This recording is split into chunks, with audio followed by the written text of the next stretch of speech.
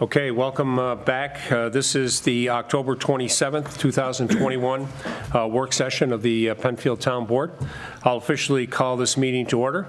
We'll let the minutes reflect that the entire board is in attendance, as well as a number of our department heads. So Mr. Valentine from Engineering and Planning, Mr. Tate from DPW, Mr. Costello from Development Services, and again, our new supervisor, Marie Cinti, is with us as well. Before us, board, we have the October 13th, 2021 minutes, and would entertain a motion of approval for those minutes. I'll make a motion, Mr. Supervisor. I'll second that. Been moved by Councilperson Ockenden, second by Councilperson Draw. I'll ask the board any discussion on those minutes. Seeing none, I'd ask for a roll call vote of approval. Draw. Aye. Cole. Aye. LaFountain. Aye. Moore. Aye. Ockenden. Aye. 5 ayes. Great. No monthly reports. They're all in and up to date. Thank you, department heads. There are no public hearings this evening. The first guest that we have is actually going to be handled by Mr. Costello, I believe, that will come and at least join us here. And there's going to be a little bit of discussion about the conceptual master plan for Shadow Pines, and specifically that area around the northeast corner, where has been identified as the pickleball, as well as some tennis, basketball, some shelters, and then some open fields overall. And so with that, board, I know you have seen a lot of correspondence that has come in on this. Staff has met with BME representatives, Mr. Jones and Mr. Spencer.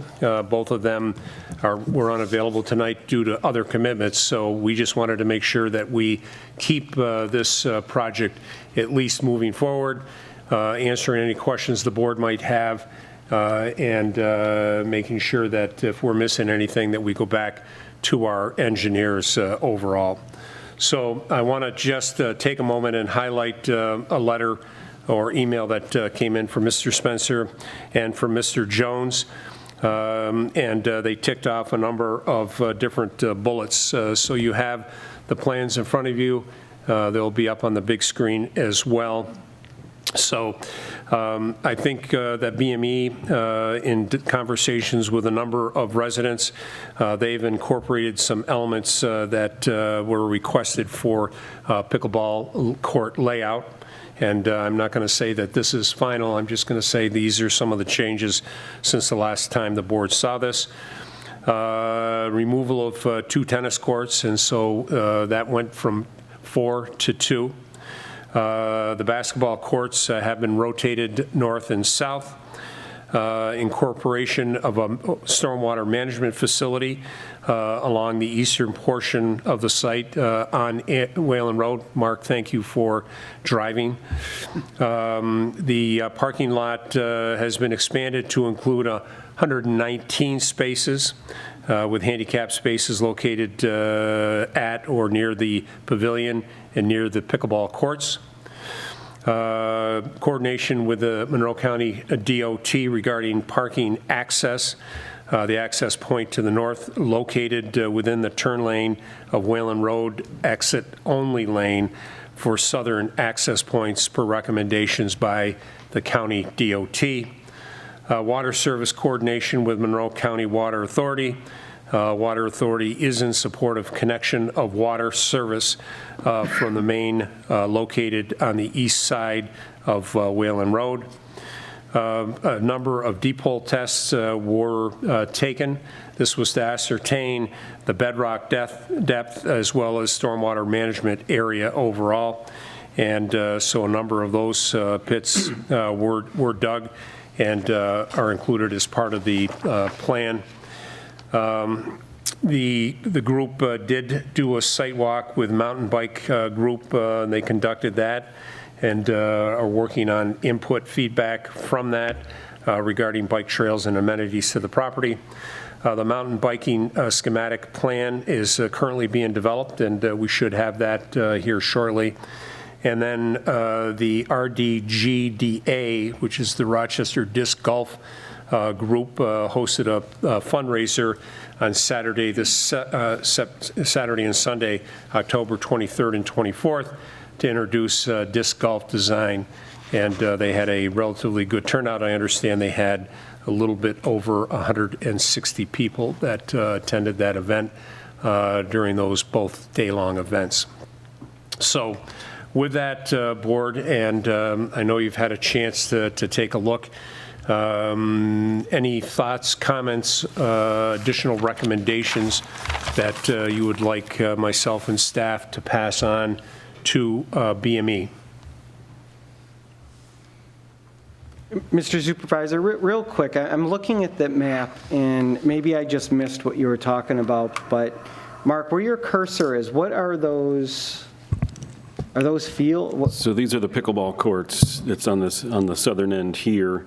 These are fully accessible courts, so they're slightly larger, and I can zoom in just to make it a little more clear for the board.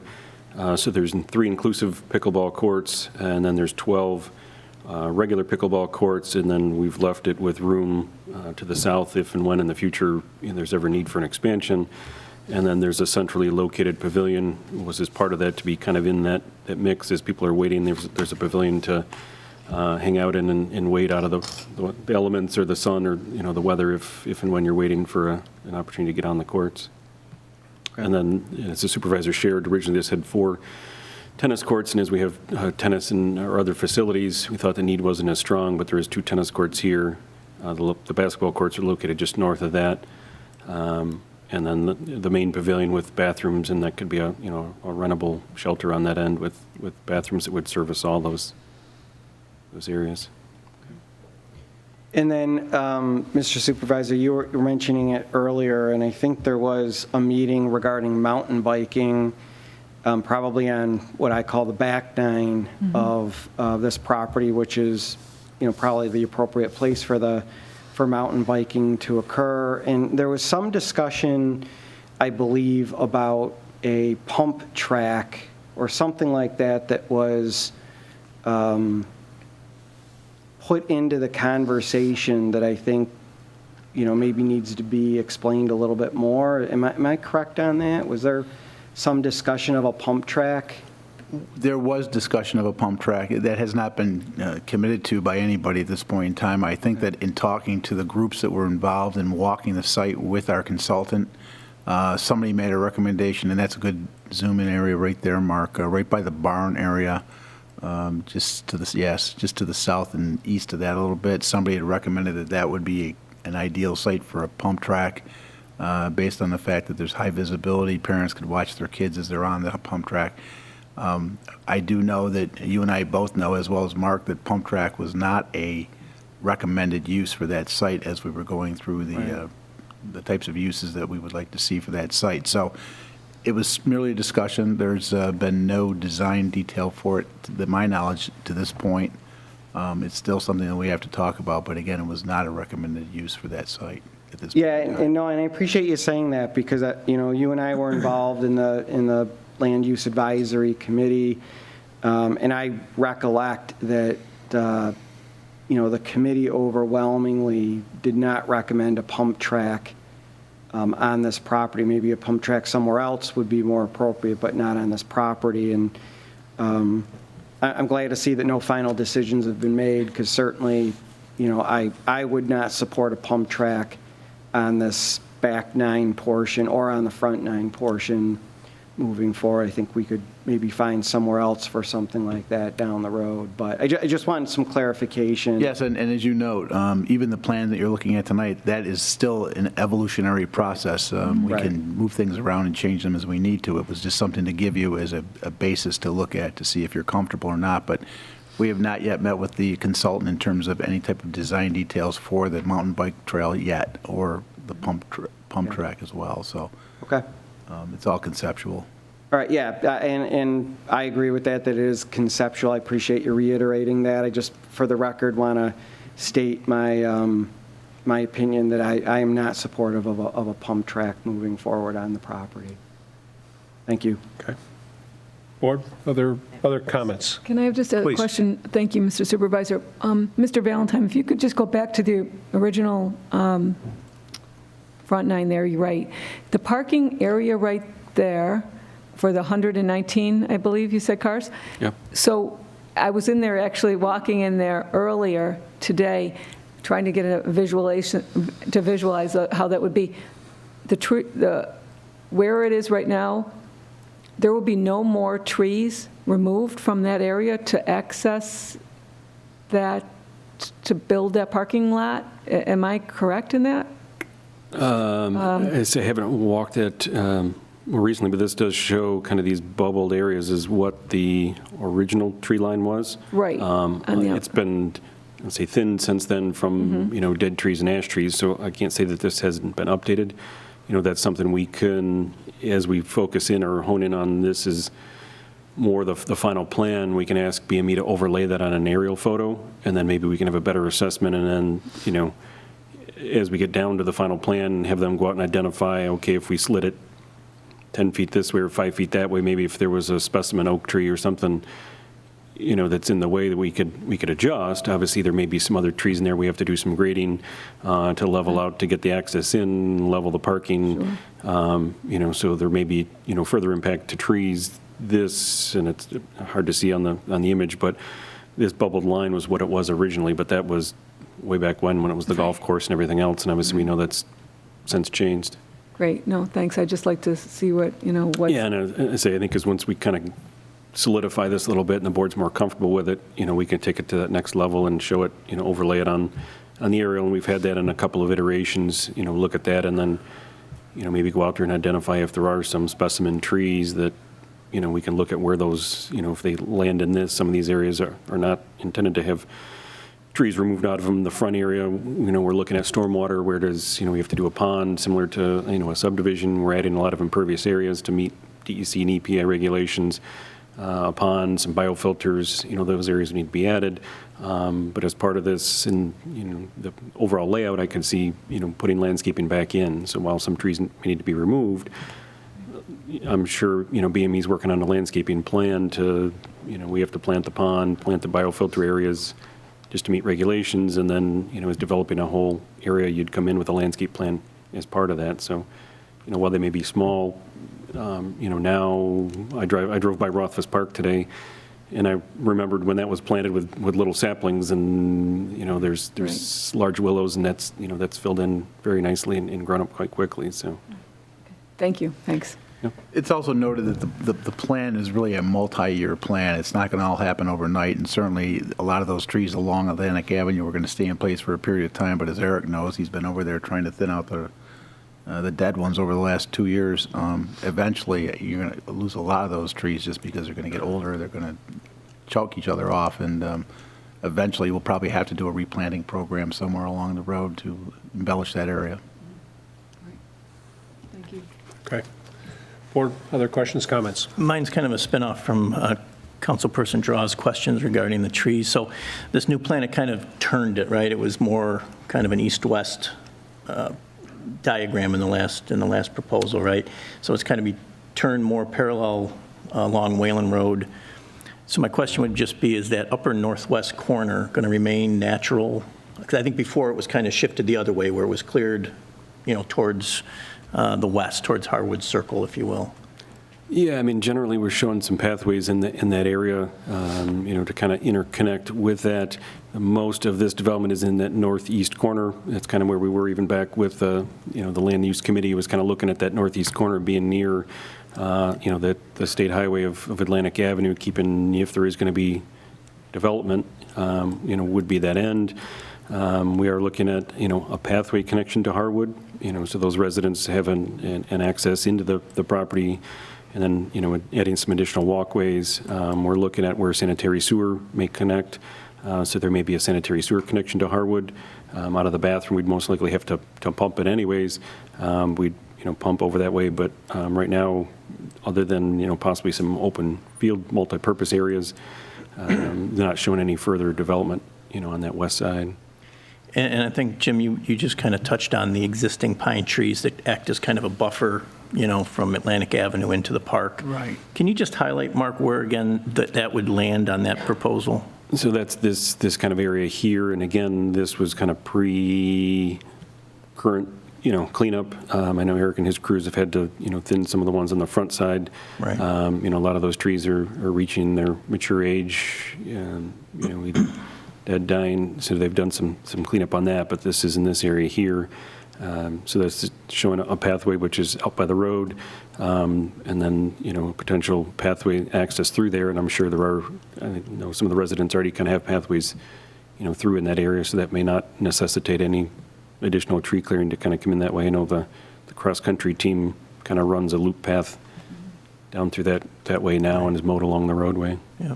We did make the consultant aware of our concern to ensure that the neighbors along Harwood were fairly well buffered, especially from any activities such as pickleball and that type of thing. So the consultant's done a good job, I think, of trying to maintain where he can that buffer along Harwood and the Yeah, I agree. I think the buffer's important, both on the Harwood and as much as possible on the Atlantic Avenue side of things, too.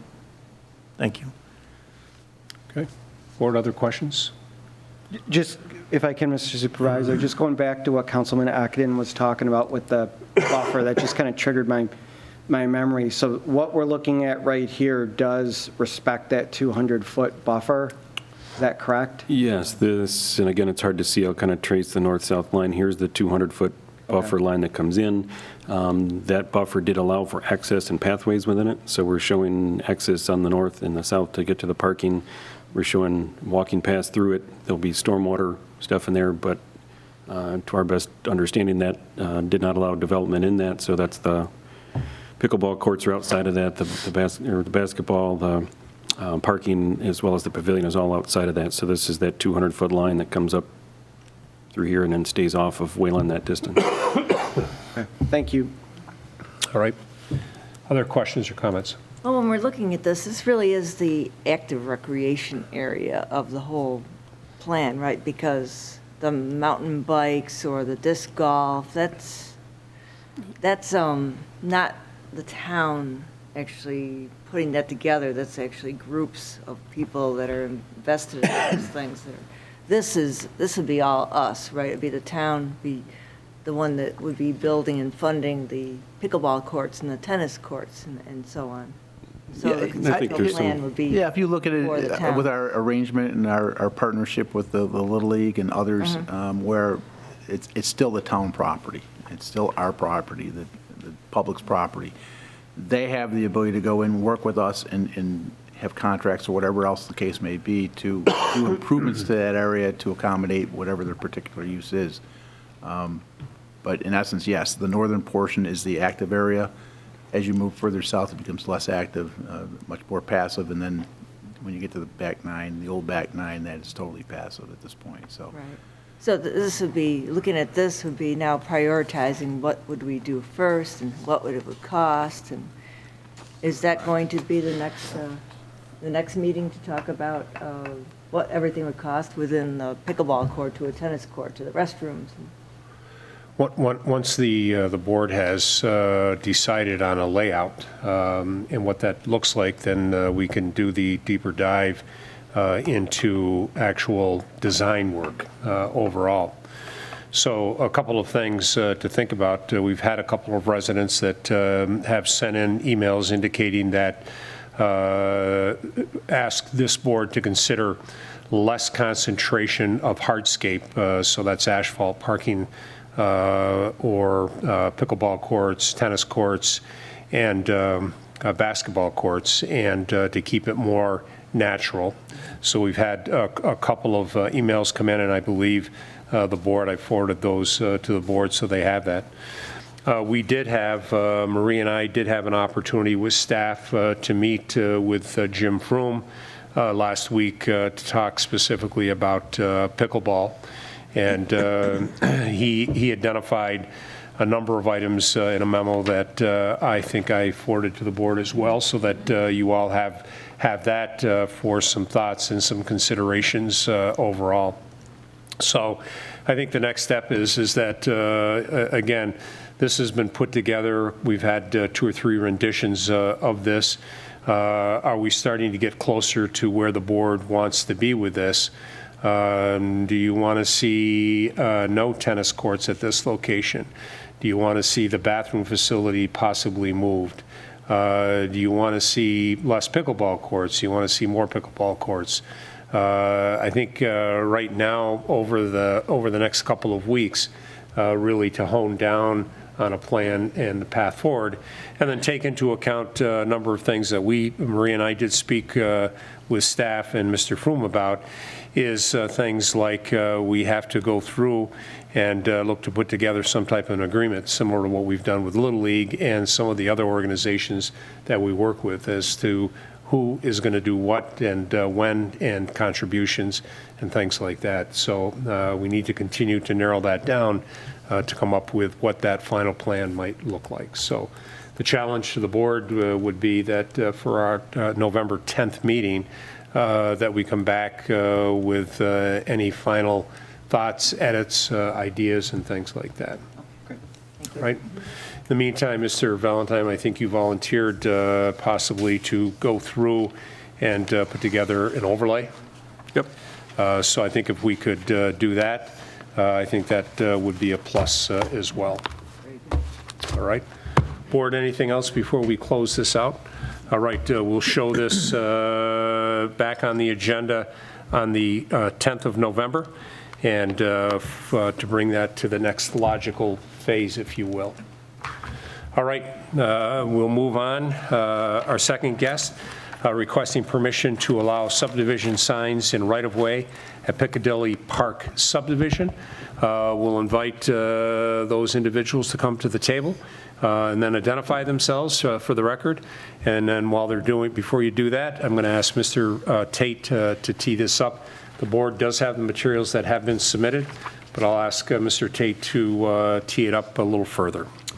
Thank you. So the original request came in through Andy Savegas. Andy, myself, and Mark Valentine have had a number of conversations relating to the location of the proposed signs, the existing utilities, and what conflicts both the proposed signs, the existing utilities, what conflicts may be involved with that. Mark, do you have can you pull up the aerial just showing? Okay. Which Oh, one? perfect, you got it.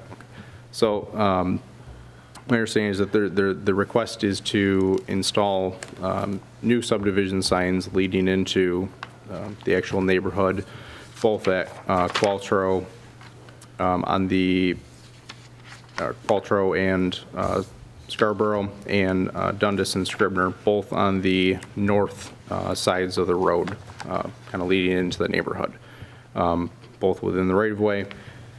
At the intersection of Dundas and Scribner, there is an existing sign. It's a wooden 4x4 double post sign. Within there, the proposal is to replace that with a much larger sign in size.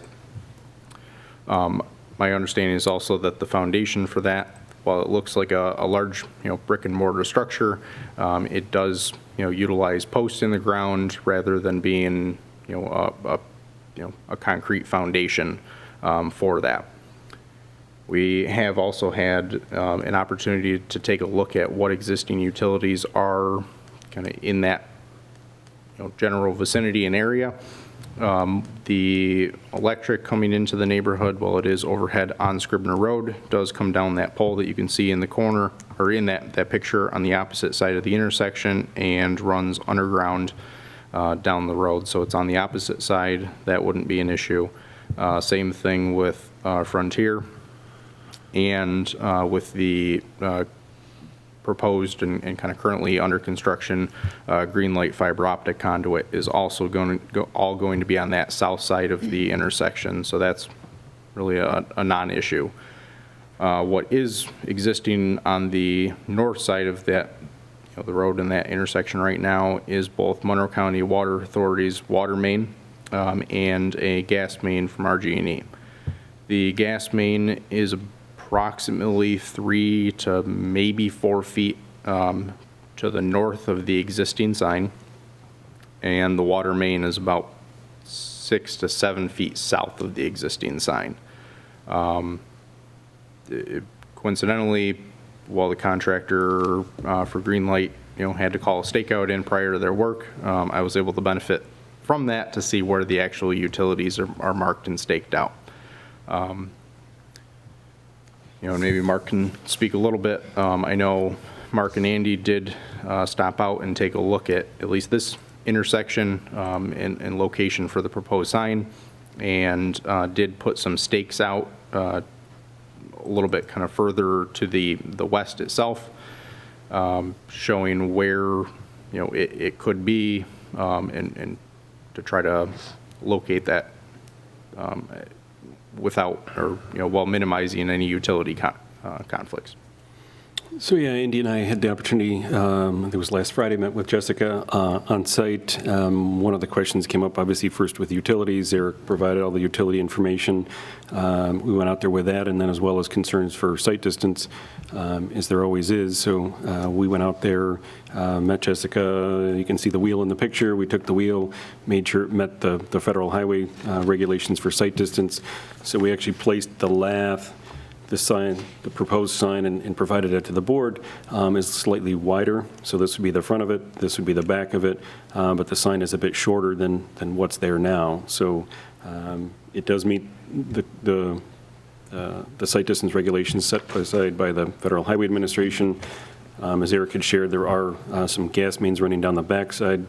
So as we looked at that, that's why the lath is a little bit in front of that. We looked, with Jessica, to possibly if we move that forward a foot or two, give the gas a little bit more space, kind of split the difference between that and the water main in that area. So we did cite this, and then I've got pictures on the other side, or if you want to go one side to the other side or talk back and forth. We also met with a neighbor. He came out and shared he is happy with the existing sign. He's happy with the sign that they're showing as the replacement. That's his beautiful garden here in the back. So he was happy to see where we put the lath, that it wasn't going to hide his gardens, but he currently mows the area, trims the area, was very supportive of the neighborhood while his house fronts on Scribner. He's supportive of the neighborhood, was supportive of the sign going in, didn't seem to have any concern at all. So we did chat with him as well about that. Okay. So why don't we give Jessica an opportunity to speak. This is her time. For the record, if you'd introduce yourself and your address, and then get into a little bit more detail and take the heavy lifting off these guys. Sure. Well, thank you, gentlemen. Mr. Supervisor, board members, I just want to first thank you for having me and my neighbors here tonight to discuss this proposal. My name's Jessica Raypatch, and I live over on 8 Scarborough Park. I'm representing the entire neighborhood here tonight. So the story behind the signs, our neighborhood was established about 20 years back. We had FedEx was the builder, and they established the neighborhood signs on both sides of the neighborhood. When they put in the original signs, they put in just the wooden post signs with no landscaping around the bottom. So as you can see, this sign, if you zoomed in, it's about to fall over. The wood is rotting out. The weed whacker has got to it a bunch of times. On the other end of our neighborhood in Qualtrough and Scarborough, the sign fell over, I think it was about 5 years ago. Over the last 5 years, our neighborhood has had a significant turnover in families, from original owners to younger families with children. We've started to become a pretty close-knit community. All of our kids play together, they're going to grow up together, and we'd like to just provide them with a nice neighborhood. We take great pride in our neighborhood.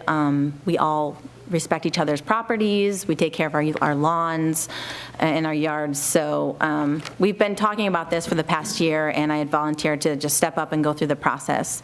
So I started about a month and a half ago, took it to a neighborhood vote. We have about 100 houses in our neighborhood. We got 96 responses, 94 of which want new signs. 70% of those 96 people would like these much more prestigious signs, mostly due to longevity. We don't want to be in the same position that we were. We have a maintenance plan this time around, and this was the original person who installed our signs, and he has assured us, we've met with him, that the way they make signs today is much different than how they did 20 years ago. So it looks like real stone, but it's actually fox stone and all kinds of things, automotive paint, to really make sure that these signs don't look like an eyesore in anybody's vision as they cross our neighborhood. So, yeah, I think they covered it very nicely. I've been working with Mr. Cervasis and Mr. Valentine to go over utilities, to make sure it's, everything is safe for the sign to go into place, that we don't want to disrupt anybody's vision when they're coming, but we do want our signs visible. It's the first thing you see when you come into our neighborhood and the last thing that you see when you leave. So we're just asking for the board to, support our proposal so that we can get this going. We have, we're not asking for any money. Our neighborhood is already on board and actually ready to commit right now and order these signs. So we just have to go through the process of board approval and then the zoning and planning board on November 18th. So open to any questions that you might have. Zoning board? Not planning board, but zoning board? Right. Yeah, okay, got it. I wanted to make sure you weren't going to too many boards. Thank you. So zoning board on the 18th, okay, all right. So a couple of questions. From a maintenance standpoint, I understand that you're gonna collect from neighbors and you're gonna have the money to maintain and not only install, but then to maintain the sign over time. Yes, sir. So that was a huge concern of ours, because we want to be respectful to, the end homes, but also we don't want what happened to our original signs to happen again. So our plan is to have these installed, but also have rock around the sign to protect the posts so it doesn't become unsightly. John, that lives over on the Scribner side, he's actually a landscape hobbyist, if you will. So he actually came up with the sign to be double-sided, the orientation. He helped us a lot in the process. And as you can see by his rock garden, he takes great pride in his yard, and we just consider him a neighbor. So he actually coming up with a low-maintenance plan for around the signs to help us establish that. I have about 15 families that have volunteered to do a rotation of maintenance. So at least once a quarter, we will assess the sign. If not sooner, we can do it monthly. But the plan is rocks and very low maintenance plants so that it doesn't look unsightly. Okay. Is the plan to light the sign, either internally or externally? I'm sure if I brought it up, that would be a yes, but sir, we haven't discussed lighting, no. Okay, all right. And have you had any conversation about insurance? No, we have not. Okay. So the signs are currently covered by the town's liability because it falls on the town right of way. We do not have an HOA in our neighborhood, and a lot of people have moved into our neighborhood and into Penfield because they're moving out of an HOA. So that conversation did come up to establish an HOA, and it was definitely the major consensus that almost everybody in our neighborhood is looking to deter from an HOA. Okay. So from an insurance standpoint, one of the things that Mr. Horowitz would tell this board is that there would have to be some insurance on that because it's within the town right-of-way. But by placing something in the right-of-way, be looking for some type of coverage. And I'm not going to sit here tonight and tell you that I know exactly what that is, what that looks like, what that costs, but that is a point that at least Mr. Horowitz identified to me the end of last week. So that'll be one of the items we'll have to talk through and look into and see what that looks like overall. Yes, sir. And our neighborhood would kindly be requesting to continue the liability through the town. As tax-paying citizens and residents, we would hope that we can utilize the town attorney or any kind of insurance that you have for the town if an accident did occur. As a mother of 3 young children and, a wife, I think it would be pretty inappropriate for me to take on a liability lawsuit if someone were to crash into the sign and then sue me and my family. So I'm not willing to sign anything of that sort. Sure, I understand. And you can appreciate someone on the south end of the town that doesn't have a sign, and there is a claim against the town. They'll be the first to say they don't want to pay for that because it's not anything benefiting them. So again, we're going to have we're not going to resolve that tonight. We're going to just have to have, it's going to be one of the action items that we're going to have to take a look at. Yes, sir. I understand. All right. Board, Yeah. questions? I do, thanks. Jess, question for you, or I guess maybe just information I wanted to just share with you. I love the sign looks beautiful sign, like the idea that you would put rocks around it in a garden or flowers. I guess I just, coming from experience, living in a neighborhood where we did a rock garden outside our entrance to our subdivision, and then people moved, and we had a lot of neighbors that wanted to contribute to every week we're going to help doing, every year, keeping it going and everything. People move, people change, and guess what happens now? It's they're having a hard time trying to even find anybody to keep it up, and it's actually, they're taking plants out and going to go back to grass and most of it. So I just wanted, I guess, just give you guys food for thought, because I know it sounds like you have a great maintenance plan, but, as people get older and change and move on and their priorities change in their life, I think that's just something to be aware of, that somebody, might not want to, continue with the upkeep of anything other than, a sign. Yes, ma'am. Yes, we've had many conversations about this, just because of the current state of our sign and the fact that the other one fell over. It's really important to us. As I said, about 70% of our neighborhood has just turned over in the last 5 years, and we're a very close-knit community where we're starting to grow into that. So if you come into our neighborhood, you'll see we take great pride in our yards, and I can assure you that we'll take great pride in our entrance signs. And the plan is no flowers. We don't want any dead flowers or any unsightly things at just rocks and very low maintenance plants. Great. So we have, and like I said, John is a gardener by trade, so he's assured me that we can come up with something that's very sustainable. Okay, great. Board? Jessica, the two versions that we see there, are you guys thinking one versus the other? Are they just two options that I'm seeing? You mean the bottom versus the top? Yeah, or is that just a drawing without reflecting the It's just the drawing without the rock. Yeah, the top one is what it will look like. Gotcha. And I just want to add that when you visit our neighborhood, all the surrounding neighborhoods do have these monument signs, but they're bigger. We've voted to go smaller just because of the end houses not being actually part of the neighborhood, and also double-sided because we wanted to keep the orientation as less intrusive as we could for those end neighbors. So it's not going to be actually it's not going to be much bigger than our original sign, as you can see from the post pictures. It's going to be a little bit bigger, but it'll hopefully just look a lot better. And it's also lower. Some people will complain that our sign's kind of high, like pulling out of the neighborhood, so they're very excited to get a lower monument sign so they could see above it and have more clear sight there, too. Yeah, I did notice some similar on the east side of Scribner Road when I drove through there yesterday to take a look at this. This question would be for Mark. So by looking at it, you think it's got a foundation and it's actually in the ground. So you described it as still a post sign, right? So in the event there was some work in that area, it could be easily removed and put back in place, is what I'm assuming? I haven't seen all the details on the construction. With two posts, it's easier than a concrete foundation to take it out. Obviously, we're trying to identify where the utilities are, so it doesn't have to be removed.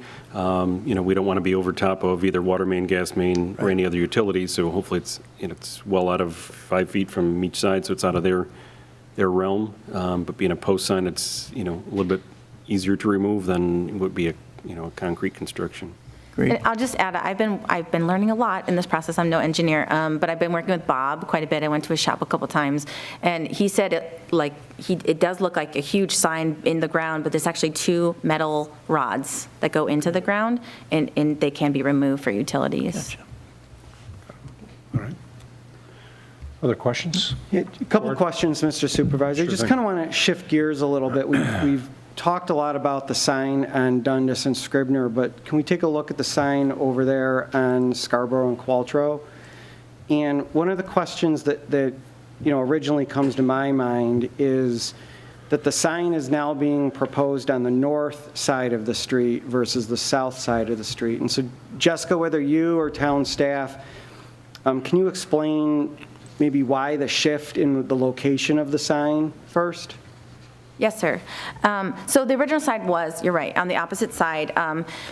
I have a picture in my proposal. Oh, there we are. So the space on that side is actually, there's the street sign, the telephone post, and there's also all those utilities on that side of the street. So to move it to the other side and then still keep it like kind of close to the road, there's no utilities there. It's actually very clear and open. So it, in a town perspective and right of way, it's less intrusive, but also it's more open. And when Andy and I were out there doing a site survey, we both had this discussion, and it allows us to put the sign even further back a little bit than the other sign, giving, that distance from the road. So the benefits outweighed having it in the same exact spot. Okay. So that's why we moved it, yeah. Yeah, okay. So my follow-up question to that is, so where that sign, what I'm looking at right now, where the proposed sign is, whose property is that? Is that a Piccadilly Park neighborhood property, or is that someone else's property? Sound of Penfield right away. It's in the right-of-way. I but know it's in the right-of-way, but, It's being maintained by Mr. DeGennaro, who's here this evening, who's got some concerns about okay. the location. Okay.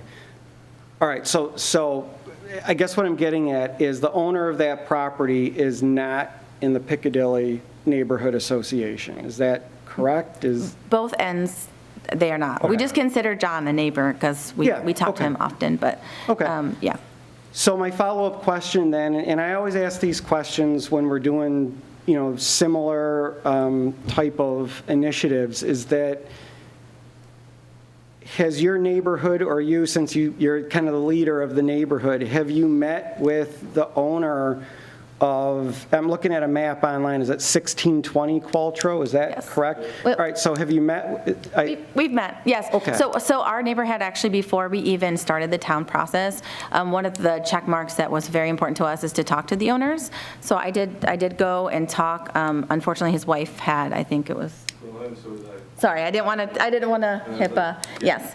So, yeah, we actually came back a couple times to his home to try to discuss, and didn't get any answers. Actually, I brought Luda today. She came with me to try to attempt to go back. And I don't have phone numbers because he's not in our neighborhood. But I wanted to make sure it was important to us to explain that it was going to be in the town right of way. I wanted to discuss our maintenance plan, and why we're moving it to that side because of the utilities and the more clear sight on that side of the road. But we did not. Mr. Cervasis, Andy, had called me and let me know that he did talk to the owners multiple times, so that they can know what's going on with the plan, and obviously tell them about the meetings tonight. Got it. Okay. Okay, so I guess one of my follow-up questions then is, has there been an agreement with the owner of 1620? Is there future conversations? Or I guess I'm just not clear. And I'm coming from a perspective of, if the neighborhood's looking at putting a sign on someone's property, and I know it's on the right-of-way, but nonetheless, has that person agreed to have that sign there? Are they a willing neighbor? Is there some agreement that can be reached between the neighborhood association and this neighbor that's going to potentially have a sign that he didn't order or he didn't ask for on his property, before anything keeps moving forward? And again, I look at it from the perspective, at my house on Jackson Road Extension. And, if all of a sudden a sign showed up, I would want to be a part of that conversation and be a part of that discussion. And I assume that happened. Maybe it didn't happen. Maybe it still needs to continue. I'm just trying to figure that out. I very much love that. Like I said, we did talk through the door, and he told me he didn't care at the time. I don't know if he had more time to think about it, and that I should come back and talk to his wife. And like I said, I did try to go back multiple times to discuss, but I would love to have that discussion because we don't want to be disrespectful in any manner. We are at a disadvantage in our neighborhood because we have to have the sign near the road, which the way they built our neighborhood is the houses start pretty far back. So we'd love to have it in our neighborhood proper, but that's just not a possibility for us. And again, I appreciate you reaching out to the other neighbor on the Dundas Scribner side, looks like he's on board. That's good. I just, then I start thinking about, well, the other side too, is that neighbor okay with what's going on? Has there been those discussions? So that's kind of why I bring it up. And I guess my final question, Mr. Supervisor, is the existing sign or the old sign on the south end, I know there's utilities and there's, some other issues there, but, is it a cosmetic reason really why the sign is being looked at the north end, or is it really the utility and other reasons why it's being proposed on the north end? And why couldn't it just go back into its current location, although much more beautiful and much more robust that we're seeing here today? You know what I'm saying? I'm just trying to figure that out. You're saying for the intersection of Qualtrough and Scarborough? Yes. Yeah. So all of the utilities that feed in or out of the neighborhood are on that south side of the road. Okay. There is very little room. Well, that only shows our storm sewer and the water main. There is a gas main there.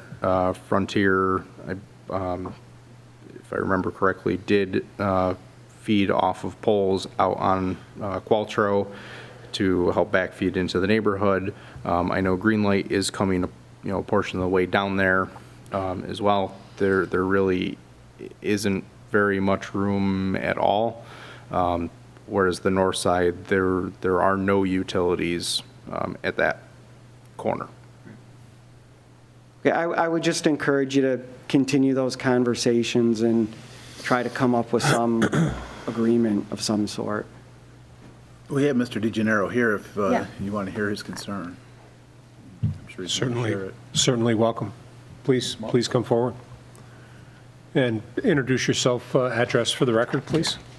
I'm Dave DeGennaro, live at 1620 Qualtrough Road. Thank you.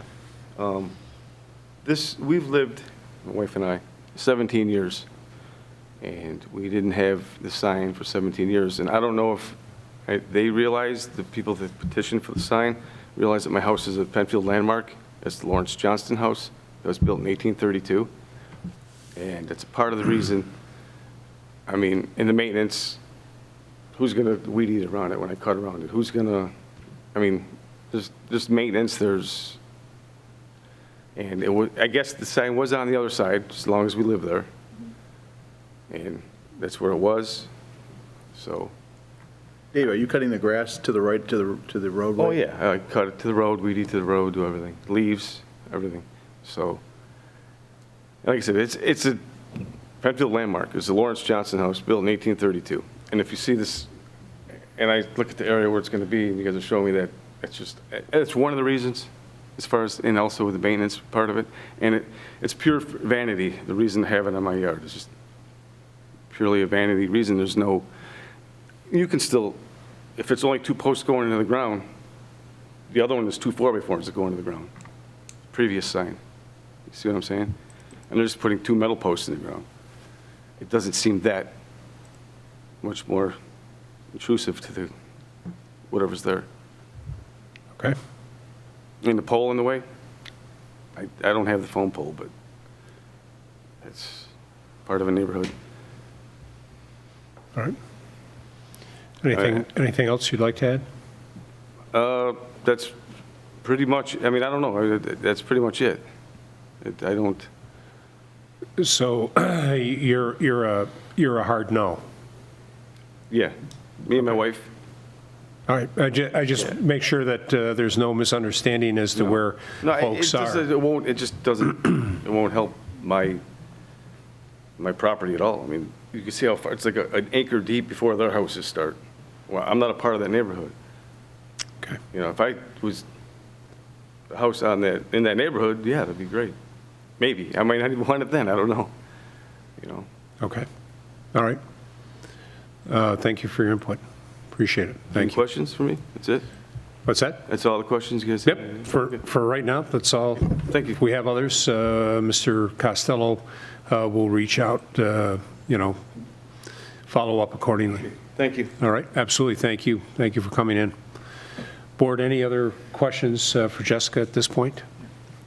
Actually, not for Jessica, but maybe Mark, you talked about site distance and things on the Scribner side. How does this sign that we're looking at right now comply with that?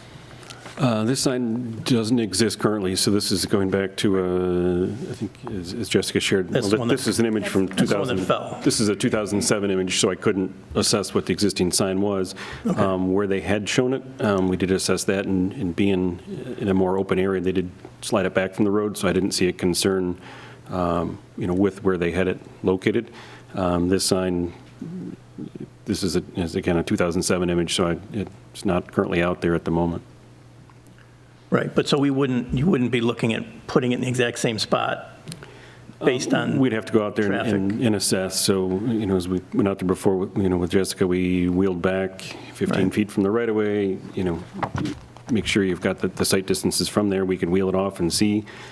It'd be close, whether it had to slide, forward or back a little bit. Obviously, there's more utilities there now than there were 5 years ago.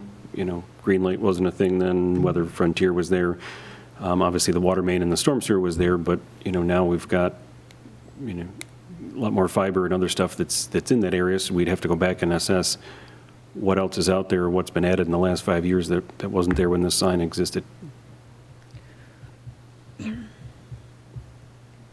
Okay. All right.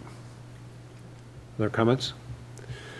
So I think we've got a couple of things to take a look at. The board, I would at least not see the board taking action formally tonight. There is another work session prior to the Zoning Board of Appeals on November 18th. That will give us an opportunity to have a conversation with the town attorney as it relates to the insurance piece, and certainly we'll take into consideration your ask for the town to assume that liability and not the neighborhood. So we'll take that into a discussion. And then we'll plan on revisiting that at our November 10th meeting. Again, open to the public. You're welcome to attend. And then I would say that if anything changes at all, just stay connected either with Mr. Costello. Mr. Sevegas is probably who you've been dealing with the most. Yes. So instead of running you through multiple people, maybe just have you continue to work with Mr. Sevegas if anything comes up, any questions, anything like that. And then if the board has any additional questions after this discussion tonight, we'll ask Mr. Sevegas to reach out to you directly for that. Okay, thank you. I appreciate your time. So before you leave, I always like to ask one last time, board, any last questions for Jessica? All right, staff, anything that didn't get entered into the record that you believe is pertinent and should be part of the record this evening? And then Jessica, is there any additional information that you would like to add to the discussion tonight? I just want to conclude that our neighborhood is a very good group of people. We're very respectful. We try our best to respect our neighbors, whether they are in our neighborhood or not.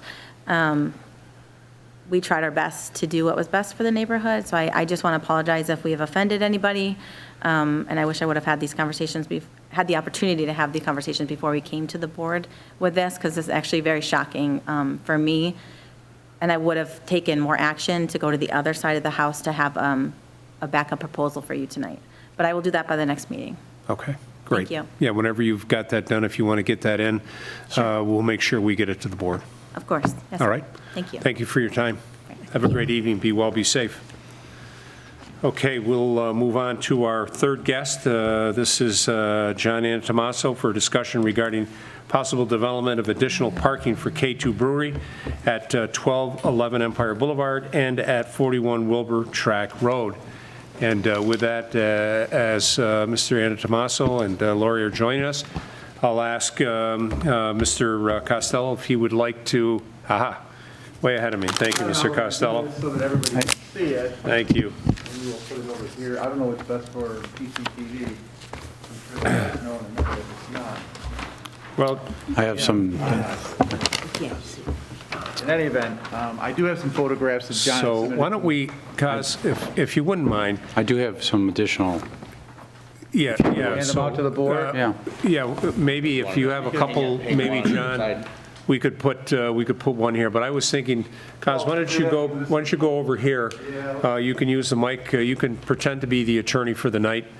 And that way, it doesn't really impact a majority of, and then everybody in the audience still has the opportunity to see that. But John, if you would like to, if you have 2 sets? I have 4 sets here. Okay.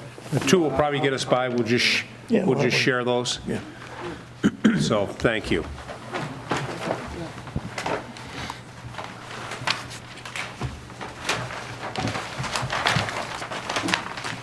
And then maybe just one between Linda and Andy as well. So, thank you. And then when you get back to your mic, if you would just give us a little bit of an update as to where we are. And then we'll go from there. All right.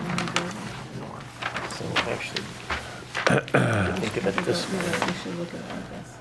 way. Is this one in the file current or not? There are some photographs of the plan that John put together in there under image, I think. Yeah, I'm pulling those up just to make sure I'm pulling up the right thing before I confuse anybody. Okay, great. While he's doing that, there's also the site plan for the apartment building in there that kind of gives a reference as to where John's looking. So, as you know, the board did approve a 60-unit apartment building known as Bayview Landing back in 2020.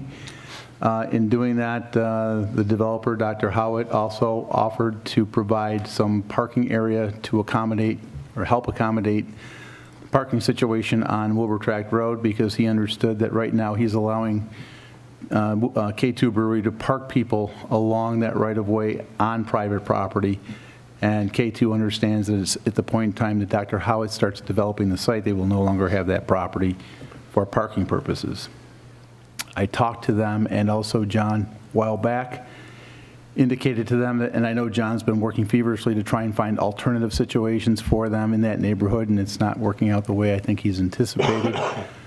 But he did indicate to me that they would like to consider coming to the town board to talk about the possibility of utilizing some of the land that Dr. Howitt has beyond the parking lot that he's proposing for the apartment building. And I think he's looking to expand that parking further down by where the pond is behind the building at 50 Wilbur Tract Road. I believe you're looking at 77 parking spaces, if I'm not mistaken. No. Is it more? Yeah. Okay. We have it labeled. All right. So I indicated to them that, normally you cannot put commercial facilities such as parking lots in residential property, which this is zoned R120. So the only feasible alternative to allowing something like that would be to come to the town board and ask the town board to consider the possibility of using incentive zoning as a tool to be able to do this. The intent would be them asking the board for consideration to build this in lieu of an incentive that would benefit the neighborhood in some way. One of the things I was thinking of was to have them assist Dr. Howitt in his effort to try and put the middle turn lane improvement in at Wilbur Tract Road, which was a requirement of approval of him by this board. He's working that detail out with the state DOT, and they're asking for a lot of money to do that. My thought process was if they were to come in and ask for incentive zoning, one of the incentive proposals could be to help him offset the costs associated with that improvement to make it happen a little sooner for the neighborhood. Again, it would have to be a situation where you'd have to hold a public hearing. It's a function of incentive zoning and site plan approval at this point in time. And of course, we would have to notify the neighbors to make sure they had input regarding the process. Okay. Thank you, Mr. Costello. Mr. Antomaso? John Antomaso, 8 Water Song Trail. Thank you for having me tonight. I'm here with Lori Kennedy, one of the owners of K2 Brothers Brewery. As Jim is probably getting kind of tired of seeing me, but we've been here many times talking with him on how to accomplish additional parking spaces for the successful operation that the Kennedys run down on Empire Boulevard. When they started back in 2018, 2019, their whole family is Penfield residents, and they wanted to make sure that they could put their business in Penfield. And it was important for them to find the right location. And when they came across the old All That Jazz, fortunately, I was a listing agent and was able to work with them on getting that turned from a not unfortunately, just due to times, I think All That Jazz took a hit due to the circumstances. But we envisioned a brewery there, and they took it to the next step. They've been extremely successful, but struggling with just being boxed in, to be honest with you. There have concerns all the time. They are concerned with their customers and making sure that's safety. So they have a full-time attendant there while they're open to make sure that parking is safely positioned on the parking spots that we have. But we've also continued to be successful and grow. And since 2019, I've been diligently, working hard, trying to find additional parking spots. As you guys know, next to is an active business agway that is active and can't really give up spots because of their business. Farther down Wilbur Track, I just sold a property that was behind the agway that we looked at very intensively to see if K2 could use that facility. And due to the wetland situation there, you really couldn't increase any of the parking or do any of the parking within the building or outside the building. We have worked consistently with Dr. Howitt as he begins his project, and he has been a fantastic neighbor, but he also anticipates as he starts construction there, we are using a lot of the Wilbur Track parking spots right now with a parking attendant.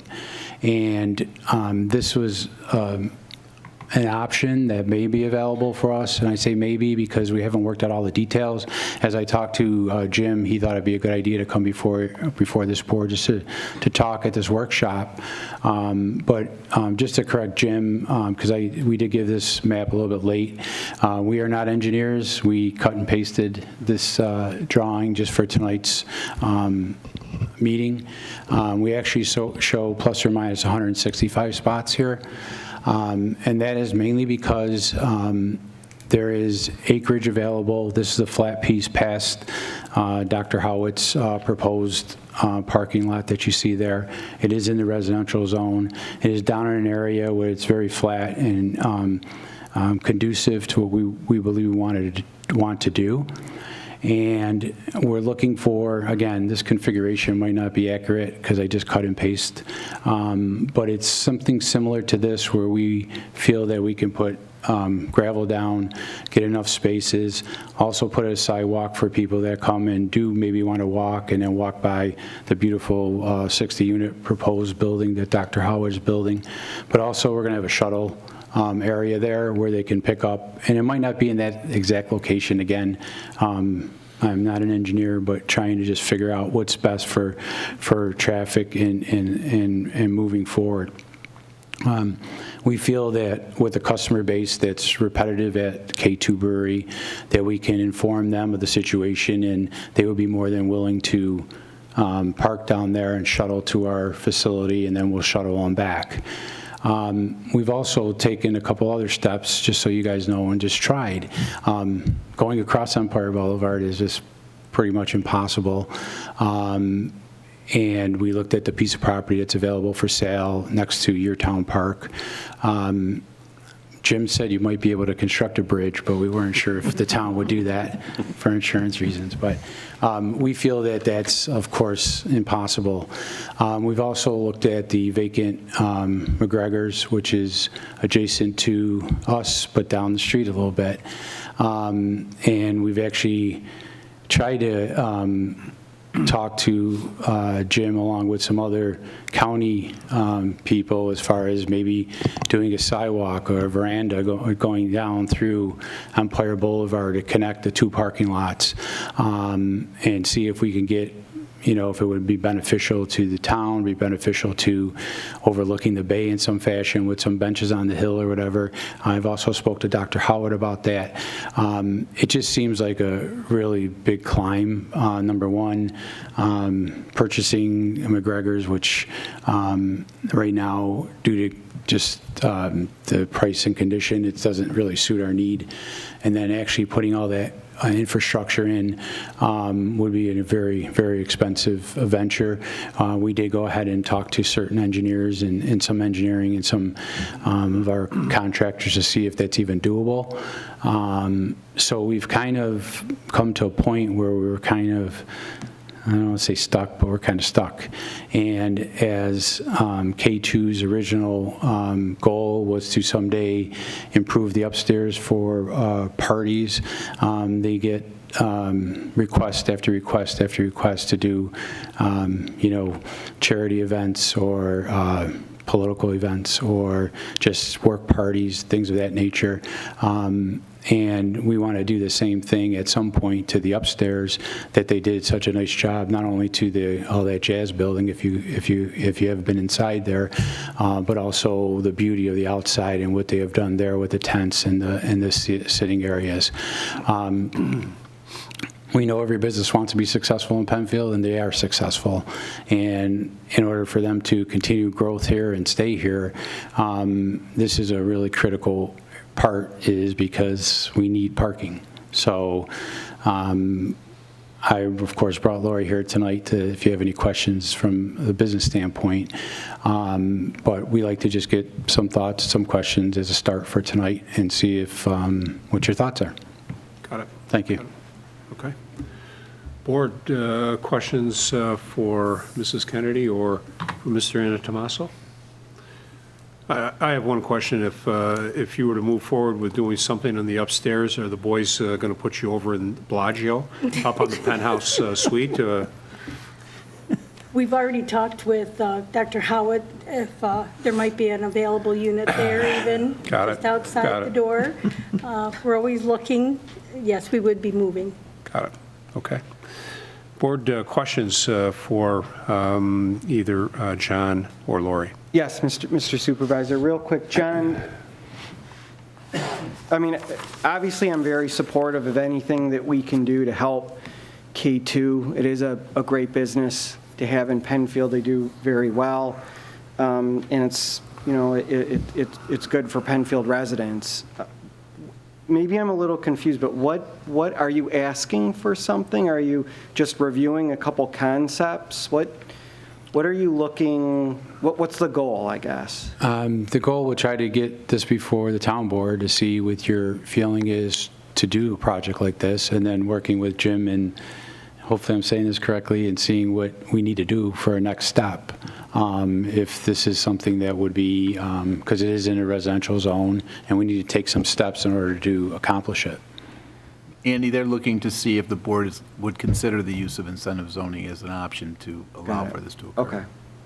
All right. And then, Mark, if you could just show the site again. I'm looking at a map right here, and where potentially would the additional parking be compared to where K2 is located right now? Yep, so K2 is here. Dr. Howitt's new development's going here. I think the end of his parking lot's here. This new development, I'm anticipating, is down in this region along this edge. Jim, is it? That's correct. I was just trying to pull up the zoning just to show Where the line is. Pulls up where the line is and why they're asking, because this is LaSalle's Landing in the yellow if it's showing up on the screen. Right.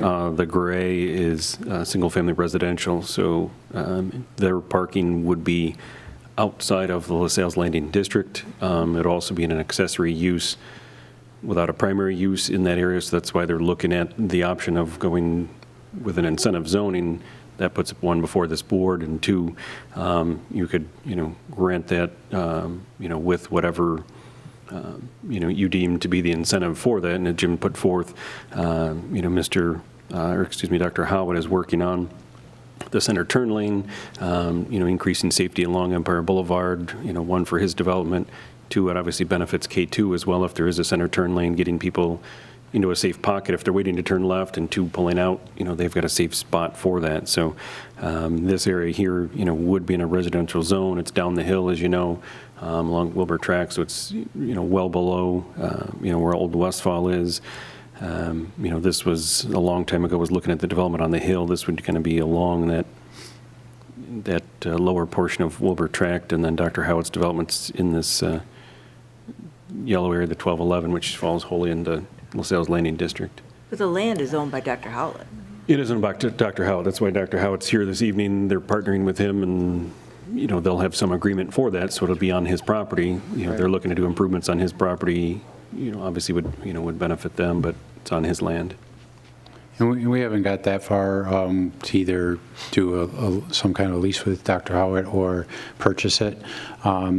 But on the map that I did provide for you, Mr. Moore, there is that line that I think Mark's hitting on this map that I shared with you that shows where we got 78 feet or whatever. Okay, thank you.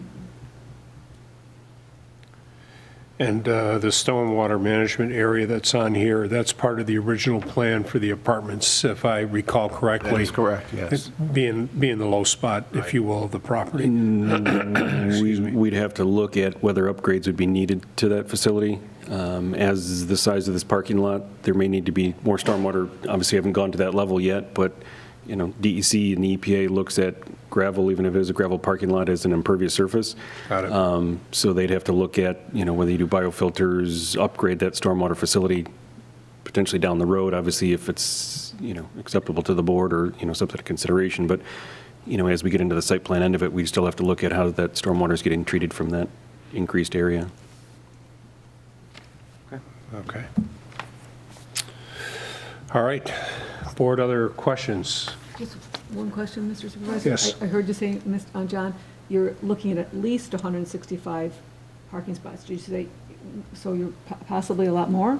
No, I mean, we're actually taking, again, I'm not an engineer, we're actually taking just over an acre here at 47,000 square feet. So that seems to be where we can fit this without getting into hills and this and that. So this is pretty much a flat area. Okay. So we anticipate that would be adequate to get them some relief now and then actually be able to expand to their party house someday or party whatever room. Thank you. And I know it's not before us this evening. What's the square footage of the second floor? Probably better put square footage first floor and second floor. Yeah, I believe the whole building's 10,000 square feet, so it's about 5,000. So roughly 5 and 5, John, yes. round numbers? Okay. All right, board, other questions? I think it's safe to say that the board, seeing this for the first time, probably will take a little bit of soak time and, bring it back for further discussion at our next work session. Give us an opportunity. Would you look at entertaining less parking? I mean, it's pretty much maxed out at 165, but if the board came back with something less than that, would that be something to discuss? I believe Ms. Kennedy would have to talk to her team. Sure. We of course envision, at some point, just because of their success, this is kind of what we would need in order to take it to the next step. If not, then it probably wouldn't be able to be successful, we don't feel. Got it. Or successful at this location. At this location. Yeah, got it. Okay. Can I just ask one other question? Then? Sure thing. The McGregor's parking lot there, I know that's a pretty, just for curiosity, I don't know how many parking spots are in that location. They have over 100 parking spots, 114, I believe. It doesn't look like as much as there. It looks like there's more than there is because the county of Monroe actually has a parking lot adjacent to it, which is owned as part of the Yes. parkland there. Right, just wondering. I was just curious as far as that, because that location next to you, or kind of adjacent to you, unfortunately, it's still a little over. It seemed like that would be on the same side of you. We looked at that very hard. It just doesn't seem to work from a cost effectiveness and also from condition. Thank you. Lori, if I may, you've done a really good job over the last couple of years of maintaining order down there in terms of parking along the right-of-way and on Dr. Howard's property. I've talked to some of your neighbors, and I think they're pretty happy as to how you've done what you've done. And as you know, as we went through Dr. Howard's project, there was some neighbor concern to the people up on the hill. This would be down below them. What kind of procedures would you put in place to ensure that, they're going to enjoy the quiet enjoyment of their property versus having to listen to people coming and going at certain times of the day or night? You thought about that yet, or probably not at this point in time? We would certainly come up with a plan, and we would present it before them, before we would come back here. We're still at the developing stages, so we're just trying to see if this is feasible before we go into the next steps. Right, okay, that's fair. And we have no problem. Ms. Kenny's husband's very great with landscaping and all that. We have no problem doing additional trees if necessary, but it is a pretty wooded area past this area up above.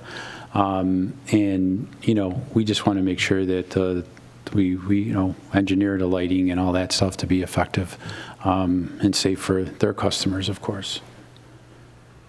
I'm thinking, especially if you're going to valet people, certainly not everybody's going to valet because people will walk, but valeting people, I think, is probably maybe a deterrent to having people be a little raucous later in the evening, if you will. So it is something to think about because I'm sure it's going to be an issue when if we go to a public hearing on that. Okay. Board, other questions, comments? All right. Staff, any additional items that you believe should be added to the record that hasn't been discussed this evening? Lori, John, any additional comments, input, feedback for the board on this? No, we just appreciate your time tonight and look forward to working with you. We would love to keep K2 here, of course, and that's it. Okay. We'll look to have this next on the agenda at the November 10th meeting, and look forward to having you folks back. All right, great. Thank you so much. Great, thank you. And then, John, if you like, you can have this map back. Sure.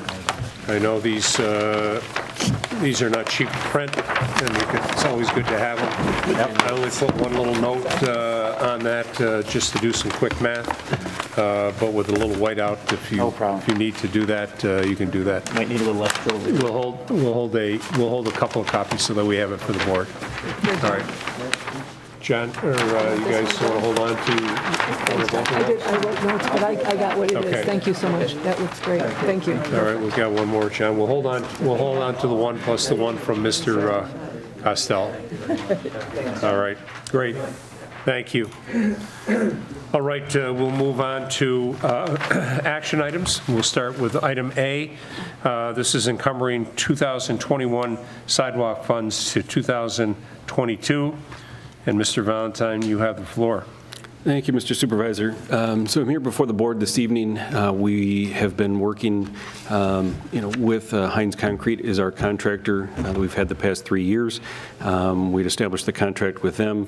We're working with them to put sidewalks in this year, and due to, as everywhere else, material costs, lack of truck drivers, whatnot, they've been very behind in what they've done. They've actually gone out and bought their own concrete truck to try to speed things up.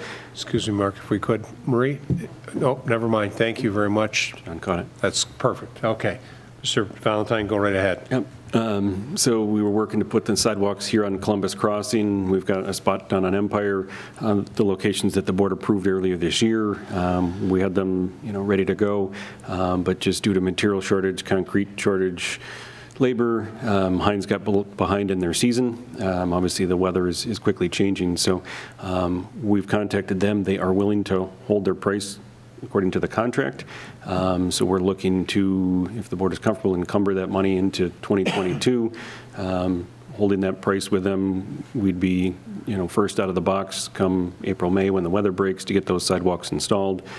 We would have to go back out to bid next spring for the 2022 sidewalks, so these would be the 2021 sidewalks.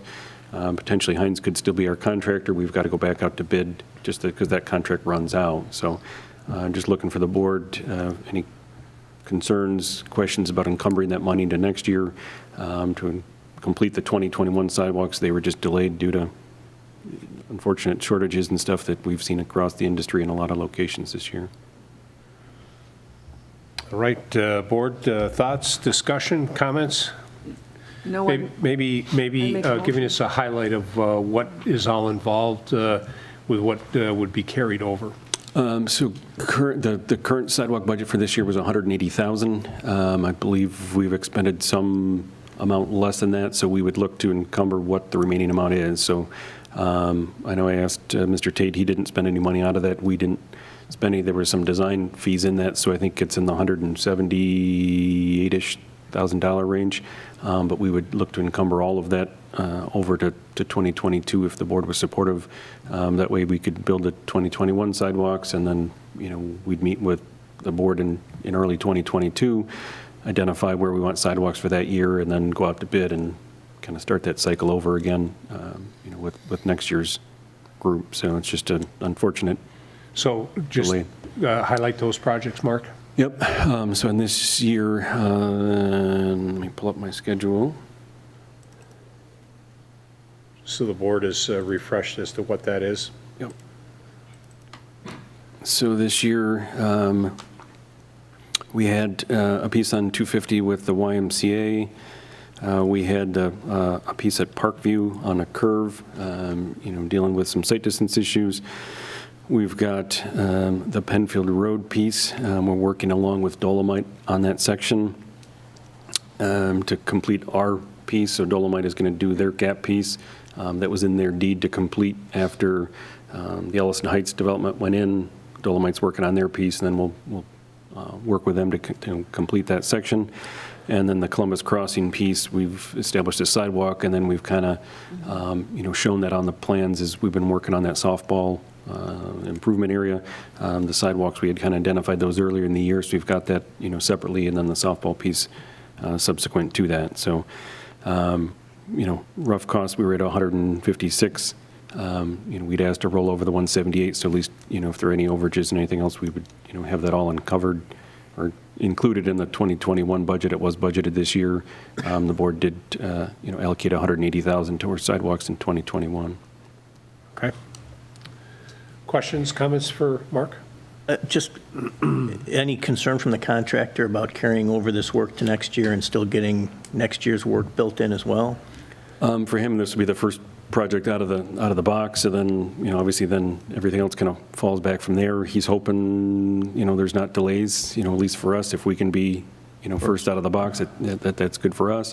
Where that bumps, everything else, say he went so far as to buy his own concrete truck this year just to try to expedite things. We've got Amazon construction, there's other things that have kind of delayed and caused slowdown, so it's an impact to him as well. So he would have loved to install it this year, and Sure. happy to do it for us next year. Makes sense. yeah, Yeah. it happens. Okay. So a motion to, Well, motion just to encumber? I see our law and finance chair Oh, he's still studying kind of this. studying. I just want to make sure that his voice is in the room if needed. I'm all set, Mr. Supervisor. All right, Thank you great. for your concern. Absolutely. My pleasure. Well, I'd make a motion that we move these 2021 sidewalk to funds to 2022, per Mr. Valentine's stellar report on what's happening. Second? Okay, it's been moved by Councilperson Draw, seconded by Councilperson Moore. Further discussions on this item? Okay, seeing none, I'd ask for a roll call vote of approval, please. Draw. Aye. Cole. Aye. LaFountain. Aye. Moore. Aye. Ockenden. Aye. 5 ayes. Okay. Item B, Steve Kuiper, this is requesting a license and hold harmless agreement to allow a portion of a fence in a drainage easement at 1946 5 Mile Line Road. I'll recognize Mr. Costello. I see that Steve may be on the line with us. If we could bring him in. Steve, can you hear us? Yes, I can. There you Mr. go. Supervisor. Yep, welcome. It's been a long night. Thank you for hanging in there. Hopefully you've been productive on your end. Of course, no problem. All right, very good. Mr. Costello, and then we'll go from there. Thank you. Most recently, Steve appeared before the Historic Preservation Board to request a certificate of appropriateness to install a 6-foot-high dog-eared fence along the perimeter of his property. He did receive approval to do that. He went out and he surveyed the property as he was interested in knowing exactly where his property lines were. It's kind of a funky situation there with the intersection. And also, as Mark is showing, there is a culvert that runs underneath Whalen Road in his yard and runs along the yard heading eastward. And he was initially going to try and stay out of that easement area. He has 2 small children, and he wants to keep them confined in his yard and probably away from the creek as well. Steve, I'm going to let the board know what your intent is and why you need to encroach into the easement. Sure. So right now, there's about 16 feet from the end of the fence into where the easement area is to the concrete culvert. And basically, I would just like to extend the fence line there right to the edge of that culvert, just so it kind of finishes the fence line and finishes the yard up to there. We do love the creek, so it will not be in front of the creek at all. It will basically be to the edge of the ledge there. So it's to help keep the kids in the yard and for privacy as well. So you'll just extend it to where that wall is, right there where the cursor is, or the cursor was. So right to that area, and then square that off across the back of the property. Yeah. Or are you going to follow the creek? Nope. The fence line is actually going to end right there where the cursor is. Got it. Got it. So the creek line will be wide open. All right. And you've, I'm sure, had some conversations with Mr. Costello that has indicated that, if at any time that we need to get in there for some type of an emergency or maintenance of that, that fence would have to be removed and then replaced at your expense. Yes. Okay. All right. No problem. All right. Board questions for the applicant? No. Can I make a comment? Please. I walk by your house just about every day, and I was wondering what was going on until, with that portion of that fence, until I saw it on the agenda. And I want to tell you, I can commend you, that probably is the nicest looking fence for that area, for the historic area of the 5 Mile Line, Whalen Road area. So I'm in favor of this, Mr. Supervisor. Okay. Thank you. Other questions or comments? Board? Staff, is there anything that has not been added to the record that you believe should be part of the record this evening? No, I want to commend him, though, for taking the time and the money to do the survey. It was very important that we ensured that we were on his property and not in the right-of-way. There is a county right-of-way reservation area. There's all sorts of things going on that property, so I really appreciate his efforts in getting that taken care of for us. Okay. Steve, any additional comments for the board that you believe are pertinent to this matter? Nope. All right. Board, is there, go right ahead, Ms. Straw. I would like to make a motion that we approve this, because I. And that would be subject to the normal conditions where the hold harmless agreement would be put together, the standard format that we have by the town attorney, and it would be then signed off by the applicant, and the board at our next meeting would authorize a resolution for me to sign on behalf of the town. All right? So it's been moved. Is there a second? I'll second that. Been moved by Councilperson Draw, seconded by Councilperson Ockenden. Seeing no further discussions on this, I'd ask for a roll call vote of approval. Draw. Aye. Cole. Aye. LaFountain. Aye. Moore. Aye. Ockenden. Aye. 5 ayes. Okay, great. We'll move on to our next action item. Action item C, this is for a request of special permit to allow change in ownership and operatorship at 2567 Browncroft Boulevard. And Mr. Costello, if you would just bring us kind of up to date from when we heard this last week, and if there's any new information that has been submitted. Yes, as you know, we did have a public hearing last Wednesday. We did have two people, neighbors, that expressed some concerns for some of the things they perceive as an issue on the property, or have been, particularly related to the renting process for the site. I have not received any additional information from anybody, either pro or con, to the application since that point in time. Does any of the board members have any additional comments or questions for the applicant or town staff?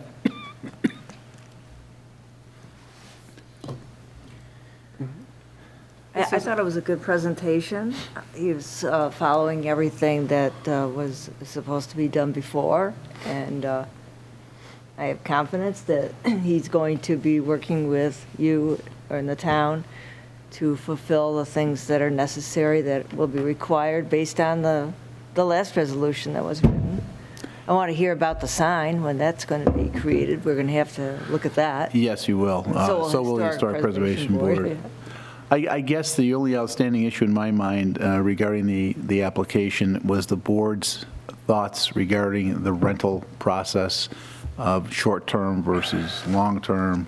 Obviously, you understand that the staff is not going to be there every day to see who's coming and going. I don't think it's been an issue in terms of when they're coming or going. We don't know when they're coming or going. And I think that's incumbent upon the owner of the property to ensure that that becomes a situation where it's not adversely impacting the neighbors. I don't know if that's been the case. I have not received any information from any of the neighbors regarding that matter.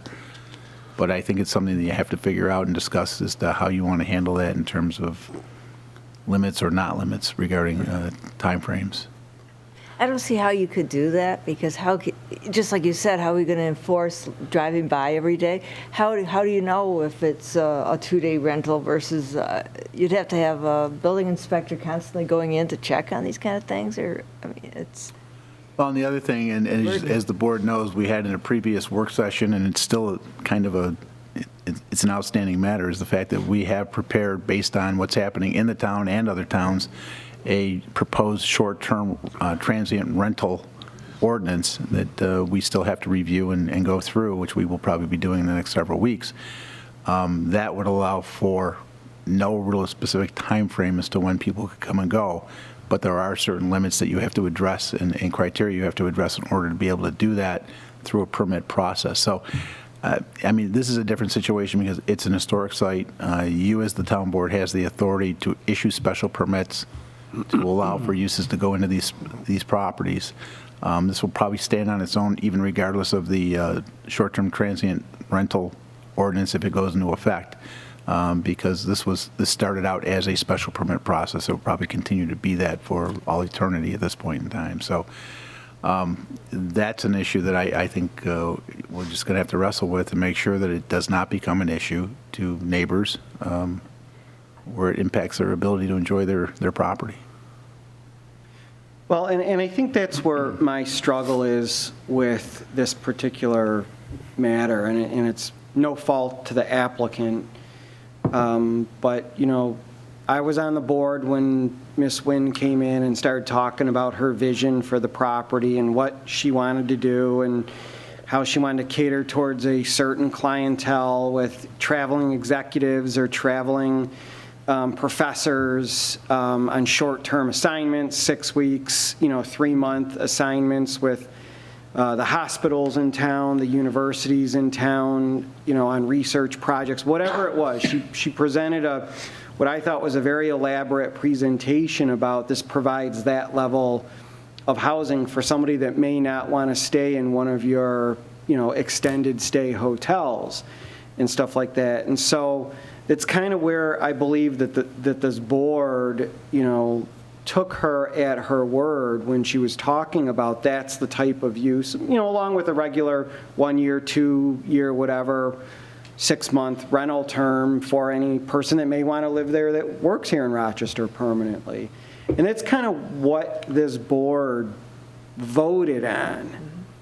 And, when I found out last week that, her property was on Airbnbs and on vacation rental by owners, or whatever the various mechanisms are, I felt that was not in the spirit of what this board approved and what her presentation to us was about.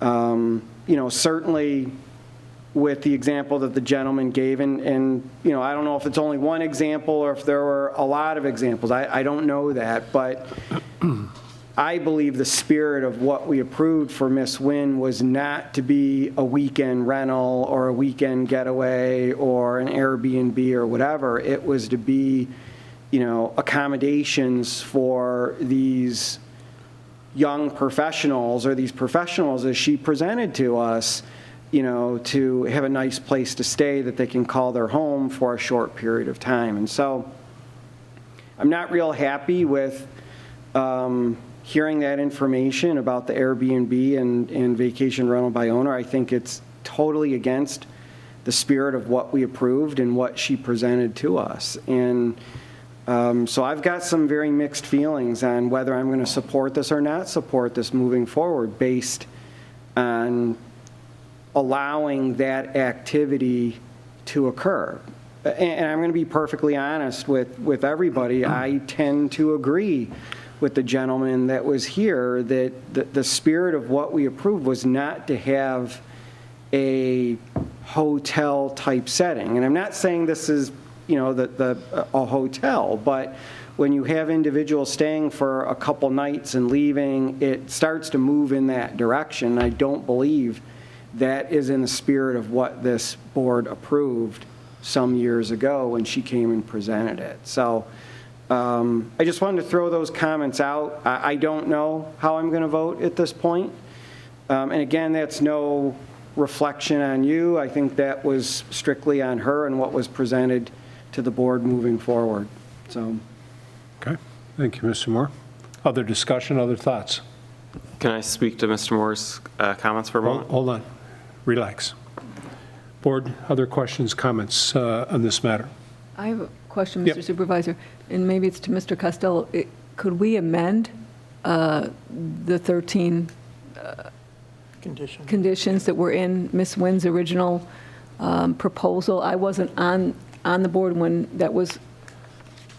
There are conditions, but a lot of those conditions in that resolution are really not germane to this application because the conditions dealt with the actual construction, or the rehabbing of the building, the construction of the garages, the landscaping, the fencing, Right. all sorts of things that really are not germane to a second owner coming in and buying the property and utilizing it. There was one condition in there that did talk about where we had attached the proposed rental agreement that Mrs. Wynn had put together, and there was a reference to that in the resolution.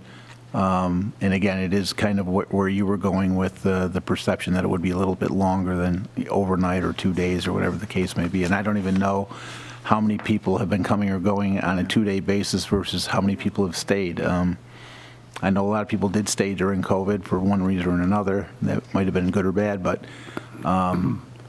you can do anything you want. You have the ability. You're the granting board or the denying board. You can do what you need to do to be comfortable with the application. So we could, if we wanted to amend and say, a tenant has to come into that property for at least a minimum of a month or something, or whatever, if we wanted to do something like that. You could. I caution you, though, because, and you may very well do that, but what I'm thinking is going to happen, if this board does adopt a short-term transient rental ordinance, I would expect that the owners of this property, along with many, many others in town, would come back and ask for a permit to allow those kinds of things to occur.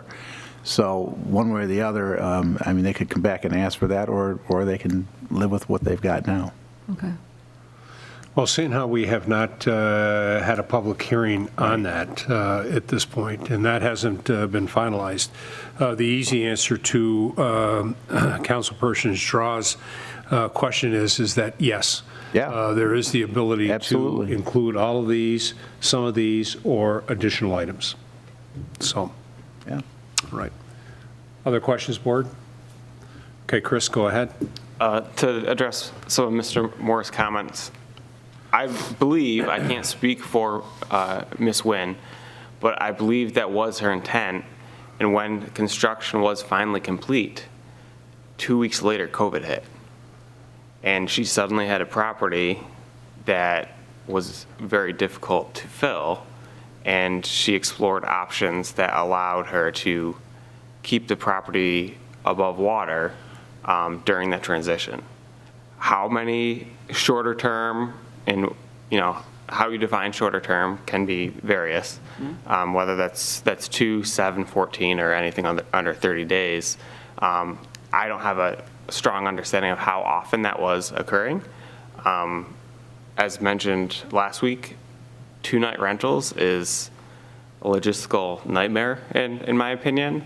But on the other side of that, putting a restriction specific to this property can be a challenge when there are other properties in Penfield that allow 7-day leases. I have lost the name of it off the top of my head, but there's a apartment complex, and I understand that's different zoning, but there's an apartment complex on Empire Boulevard that advertises 7-day leases. So I always err on the side of trying not to single out a single business or property if there are others performing the same occurrences. As for Airbnb and VRBO, I mentioned it last week, I consider them marketing tools, and you can very easily set a minimum stay on those tools so that it is less of a transient nature that you express concern about. But again, my goal is to really go deeper into what Ms. Nguyen had presented from the professional standpoint. Once things move along, I plan on working with the local nursing placement agency to work directly with them as they help find housing for anyone that they're placing in our local medical facilities, as well as some of the hospitals. I have a shared contact with one of the head of cardiology, so if you have a doctor coming through for their rotation, it would be an option for them as well. And working directly with organizations that are looking to place people so that the short-term rental marketplaces per se are less of a need in order to fill the occupancy. Chris, what would you consider a fair time frame to be if there were to be a minimum?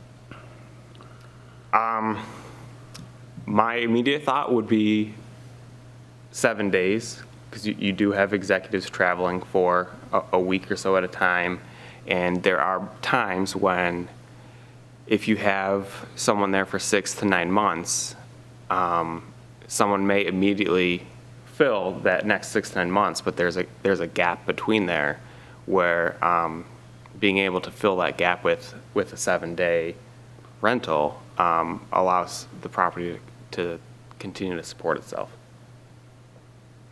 Chris, do you see this property as being attractive, to a young professional who may be looking for a decent place to live for a 1 year? Most leases are 1 years, right? Yeah, I do. Excuse me. There is an individual that I've talked to extensively about this property that he's considering moving into it himself from his current living situation, and it's attractive to not have to bring anything, to not have to worry about the furniture. My own closer example is during my time at RIT, I was required to do co-ops. I traveled to North Carolina and filled my car with many things, and after driving 12 hours, I had to find a mattress to sleep on. I had an apartment lined up, but I had no furniture, and it wasn't feasible to ship that all down. Another individual that I worked with while down there, he rented a fully furnished apartment for his 6-month stay. In this case, it was Cisco Systems in the Research Triangle, and it is attractive for those coming to Rochester for similar situations, or even Rochester students that don't want to live on campus while they're doing their co-op because they want to focus on their co-op or internship instead of being so engrossed in their campus life. Okay.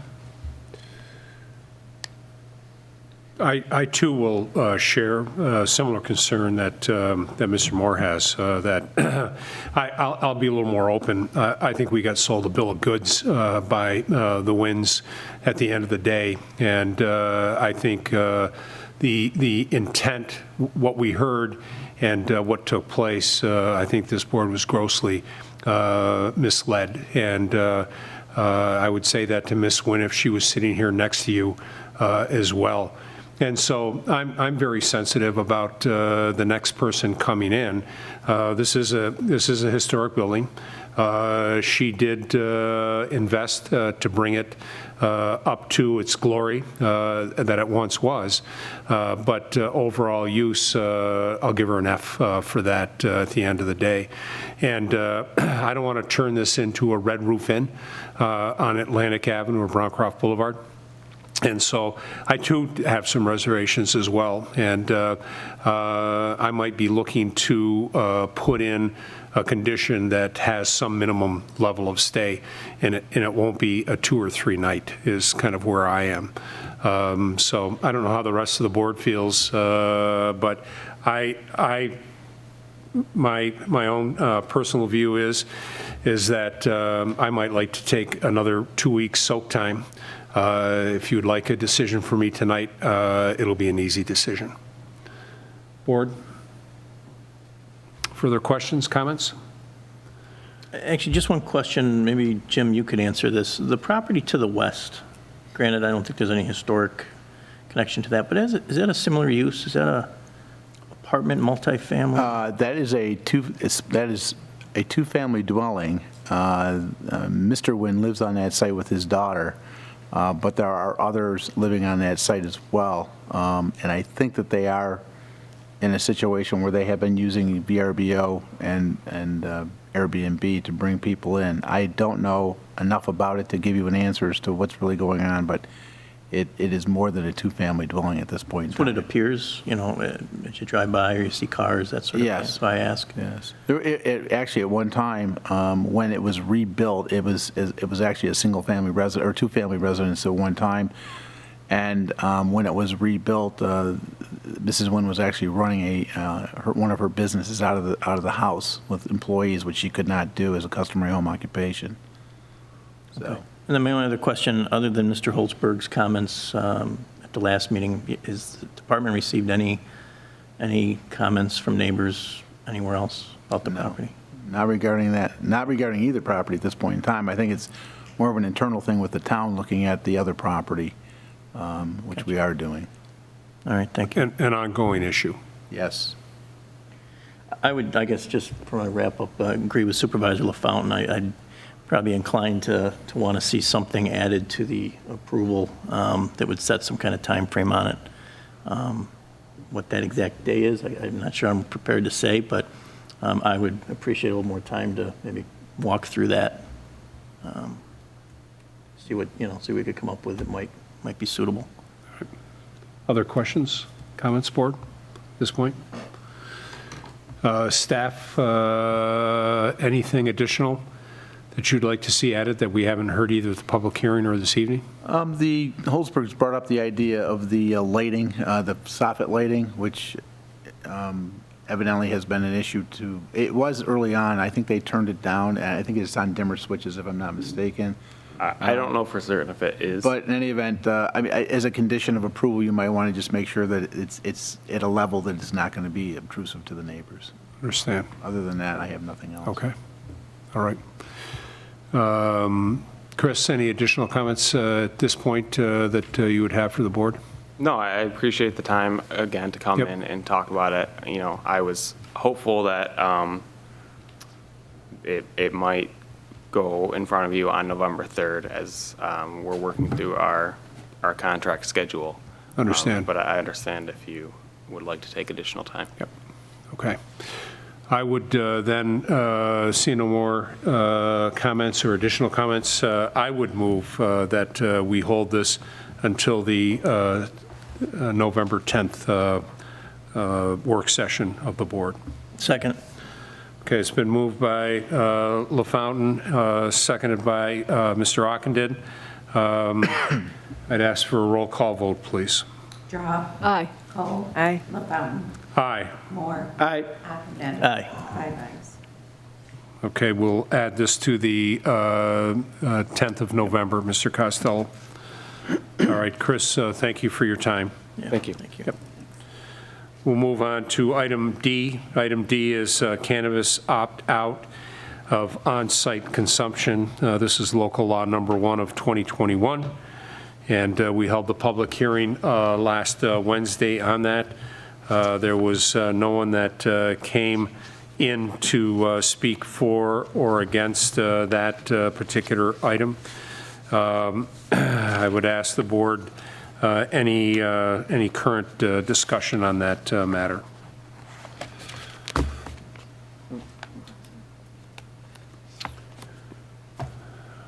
Okay. Is board interested in moving forward with opting out? Yes. Would entertain a motion to that effect. I'll move it. Second. Been moved by Councilperson Moore, seconded by Councilperson Cole. Further discussion? Seeing no further discussion, I'd ask for a roll call vote of approval of opting out of on-site consumption. Draw. Aye. Cole. Aye. LaFountain. Aye. Moore. Aye. Ockenden. Aye. 5 ayes. Okay. Item E, this is bid review for the janitorial service contract. Mr. Tate, and I believe Mr. Tate has given us copies not only of information for this item, but also for the next item on the turf bid. So with that, Mr. Tate? Thank you, Mr. Supervisor. Thank you for being here. Not a problem. So we did, as you may recall, we did put out a service contract and bid specifications for janitorial services for 2022. Our current contract actually started in 2019. It was a 1-year contract with the option to extend 2 additional terms, and the end of this year, that will be the end of that potential term. So with that said, trying to be proactive for the following year, put that out. We did include, I guess, different from the current contract. Our current contract only covers town hall and the library itself. In the new one, we did want to kind of add in the possibility or potential to include the Department of Public Works into that. As such, the wording within the contract gave us the flexibility to award, either a portion or the entire contract to, any given contractor, and essentially the flexibility that we could award and treat each of the 3 buildings as separate, separate contracts, and potentially award to, up to 3 individuals if needed. With that said, just looking at, each building separately, for Town Hall, the low bid was Clark Building Services. That's Cynthia Clark. She's actually the one that's currently under contract with us, has been doing the building and, has been doing a great job with that.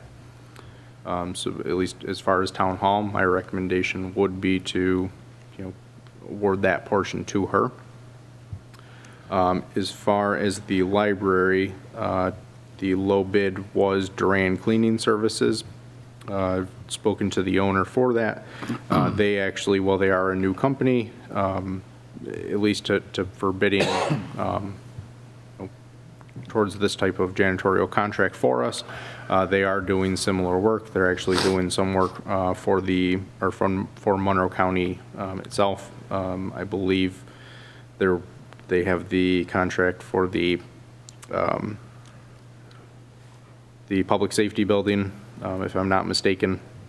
and possibly a few others. I don't know them off the top of my head, but I know my facilities foreman has reached out and kind of vetted that out. With that said, they certainly seem like they're capable and qualified to complete that portion, and would like to, or would, encourage that we look to award at least the library portion to them. When I look at DPW, the low bid was actually by a company of the name Clean Tech Services. However, after reaching out to them, they misunderstood the bid and were not, or would not be willing to honor that price if they were only awarded the one portion of the overall contract. They thought it was that it was kind of all or nothing. With that said, they're essentially not willing to do that, and I would recommend that they would be considered or not be considered to be a responsible bidder. The next lowest bid of the ones we got is also drain cleaning services, similar to the library. So, again, my recommendation would be to award both the library and DPW to drain cleaning services and the town hall to Clark Building Services. Okay. Board, questions or comments? I would ask Eric, if you haven't already, if you would get from Clean Tech Services a note to the effect that they are withdrawing. Yep. Because it was an all or nothing. Yep, I have that verbally, but I don't have that in writing from them as of Okay. yet. I think that would be good as part of our record overall. Absolutely. Okay. Eric's recommendations on the table. Questions for Eric? I'll move it, Mr. Supervisor. All right. Second. Been moved by Councilperson Moore, second by Councilperson Cole, for the two town hall for the Clark services, and then Duran for library and DPW. These contracts will officially start 1/1/22. Okay, so moved and seconded. I'd ask for a roll call vote of approval, please. Draw. Aye. Cole. Aye. LaFountain. Aye. Moore. Aye. Ockenden. Aye. 5 ayes. Okay. The next one is turf mowing contract, and again, Mr. Tate. Thank you again. So, similar to the janitorial services contract, we also put out a bid specifications for turf mowing. The current contract that we've had with Rochester Lawn Care was a 5-year contract, and this is the 5th year of that.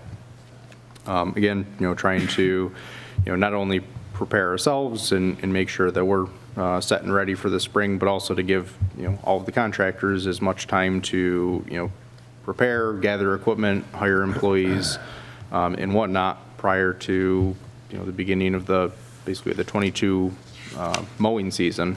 Wanted to make sure we got this out well in advance. With that said, we did receive 3 bids back, all from competitive companies, doing a number of commercial contracts and similar work already.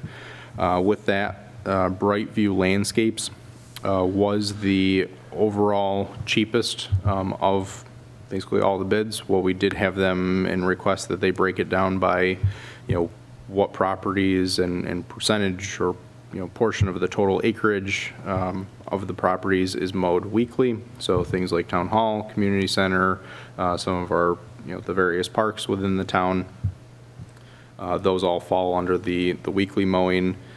We did ask them to give us a number for double cutting. That's primarily used for the athletic fields, especially in the kind of the busier, quicker, growing timeframes in months of the year.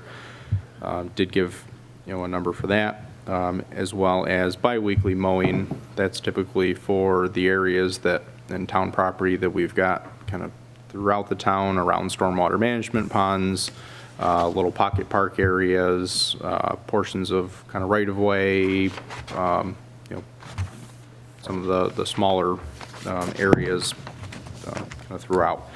And then we also have a combination of some monthly areas to be mowed, at least just to point out, the bigger area right down here on Jackson Road, north of Plank, the big fields. There's also, we've got over Beacon Hills area and off of Scribner Road as well. And then we do have, at least this current year, we've got, or in the current contract, we've had one yearly property. It's the back portion of the field out at Sherwood Fields Park. Similar to what we did with the last contract, we also did ask for additional out-of-scope services. If for some reason a particular property needed a one-time service, or we needed something above and beyond done, or done differently above and beyond what the normal mowing frequency is. They did give us numbers for that, and we're also kind of the lowest comparatively between all of the bids. The only thing that they were not the lowest on is the yearly mowing in the rate that they associated with that. However, in the grand scheme of things, when I look at the number of trips and what's expected for each type and frequency of mowing, it's negligible, and they are still by far in a pretty, about $27,000 plus or minus anticipated per year, lower than the next closest bid. With that, and part of, within the bid specifications, we certainly wanted to make sure, as they are a new company, they have not worked for us in the past, that they're capable and are doing similar types of contracts. Tim Masterton, our parks foreman, and myself went out, met with a few representatives from the company, were able to inspect their equipment, make sure that everything that they have is in good working condition. It looks safe. It doesn't look like a death trap, and I'm not worried about, liability from having them going out through the parks with those mowers. Everything looked good. Do feel comfortable and confident with that. I also asked them, they're currently working out of one of the older maintenance buildings, kind of barn areas over on the Xerox property up in Webster. And as part of that, they do have the contract for all of the turf and maintenance and management on that Xerox property. They also have contracts with Ashley Management Corporation and Morgan Properties for all of their various properties kind of throughout the local area. They're the ones with they have the contract for the Del Lago Resort and Casino, as well as the IBM property out on Long Pond Road in Greece. So they're doing all of those, a few hundred acres a week, and certainly have the ability to take this on as well. They are a national company, and with the ability to kind of pull people, and equipment from other offices as needed, and are certainly, prepared that if the contract is awarded to them, that they'd have no problem meeting and exceeding the expectations set. Okay. Thank you, Mr. Tate. Remind the board the length of this contract. So this is also a 5-year contract. Okay, thank you. And the prices are the same year to year to year with no escalation? Yes, thank you. So the prices are set. There is no escalation clause. So while they are, and did come in a little bit higher than what our current rates are, our current rates were also set 5 years ago, and we got a great deal on them, to be honest. These rates are set, locked in. We know what they are and what they'll be, and should be fairly easy for budgeting purposes for the next 5 years moving forward. Okay, great. Thank you. Questions for Mr. Tate? Real quick, Eric, is there, if the service is unsatisfactory after the first year and you and Tim kind of decide it's not working, by your smile, I assume I'm correct, there is a termination clause? There is. Okay. That is reciprocal. We both have the option, if we feel that they're doing poorly, we can give them 30 days written prior notice, as can they if there's substantial issues with the contract or material issues. Okay. They can't, go bid on a contract for the town of Webster at a higher rate and leave us high and dry to make more money elsewhere. All right, cool. Thank you. Thank you, Mr. Horowitz. He answered it better than Mr. Horowitz. Yes. by the way. Oh, that was his wording. Definitely cheaper, but yes. All right, other questions for Eric? All right, I would entertain a motion of approval for awarding turf mowing contract.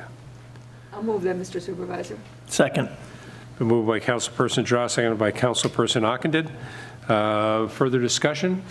Seeing none, I'd ask for a roll call vote of approval.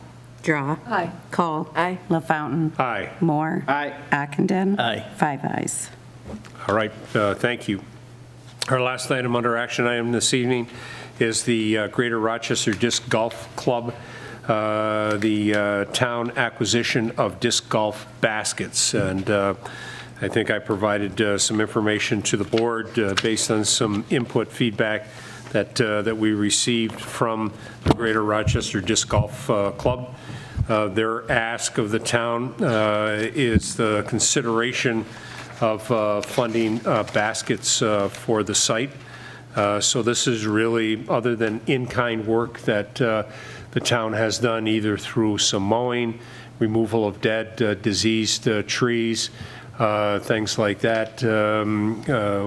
That has been our expenses to date, with the exception of work on the Clark House that we've got professional services for an engineering firm to review that for report out back to the board. So this is the first what I'll call financial request that the board has had for an activity or a program on this particular site. And so I bring this to the board for their thoughts, considerations as to how they might like to handle this.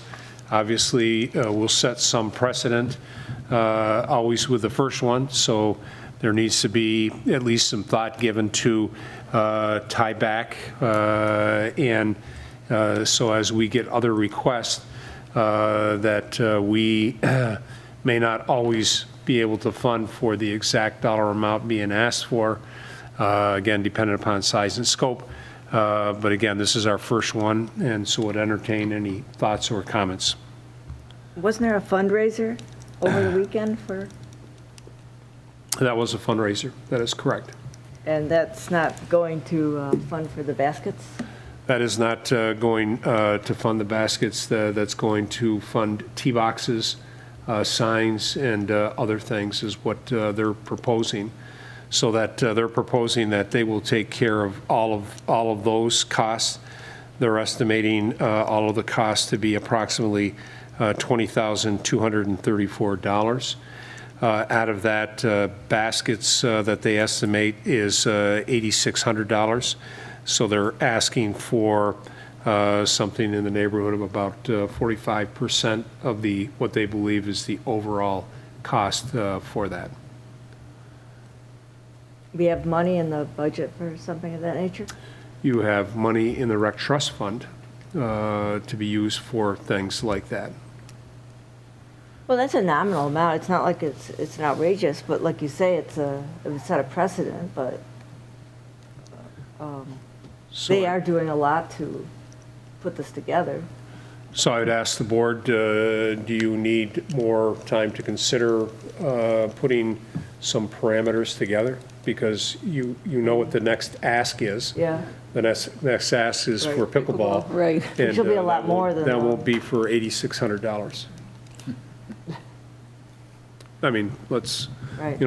be reasonable about that, yeah. I So, would move that, Mr. Supervisor, we take some more time and look into how we want to Set parameter. set a perimeter about it. In your words, Mr. Supervisor, skin in the game, I like that people have the different groups have some skin in the game. But how much and how we're going to do that, I'd like to talk about that more. okay. I agree. All right, so moved by Councilperson Draw. Is that Second. seconded by Councilperson Cole? Then seeing no further discussion, we'll look to bring this back to the board in 2 weeks for at least a rough idea on what some parameters might be for funding of different activities like this. All right, I'll ask for a roll call vote, please. Draw. Aye. Cole. Aye. LaFountain. Aye. Moore. Aye. Ockenden. Aye. 5 ayes. All right. There being no further business to come before the board this evening, the October 27, 2021 work session will stand adjourned at 9:39 p.m. And I'd like to thank everyone that participated. Special thanks to PCTV that makes all this happen in the background for us to be live and into the homes of our residents. And as always, please be well and be safe.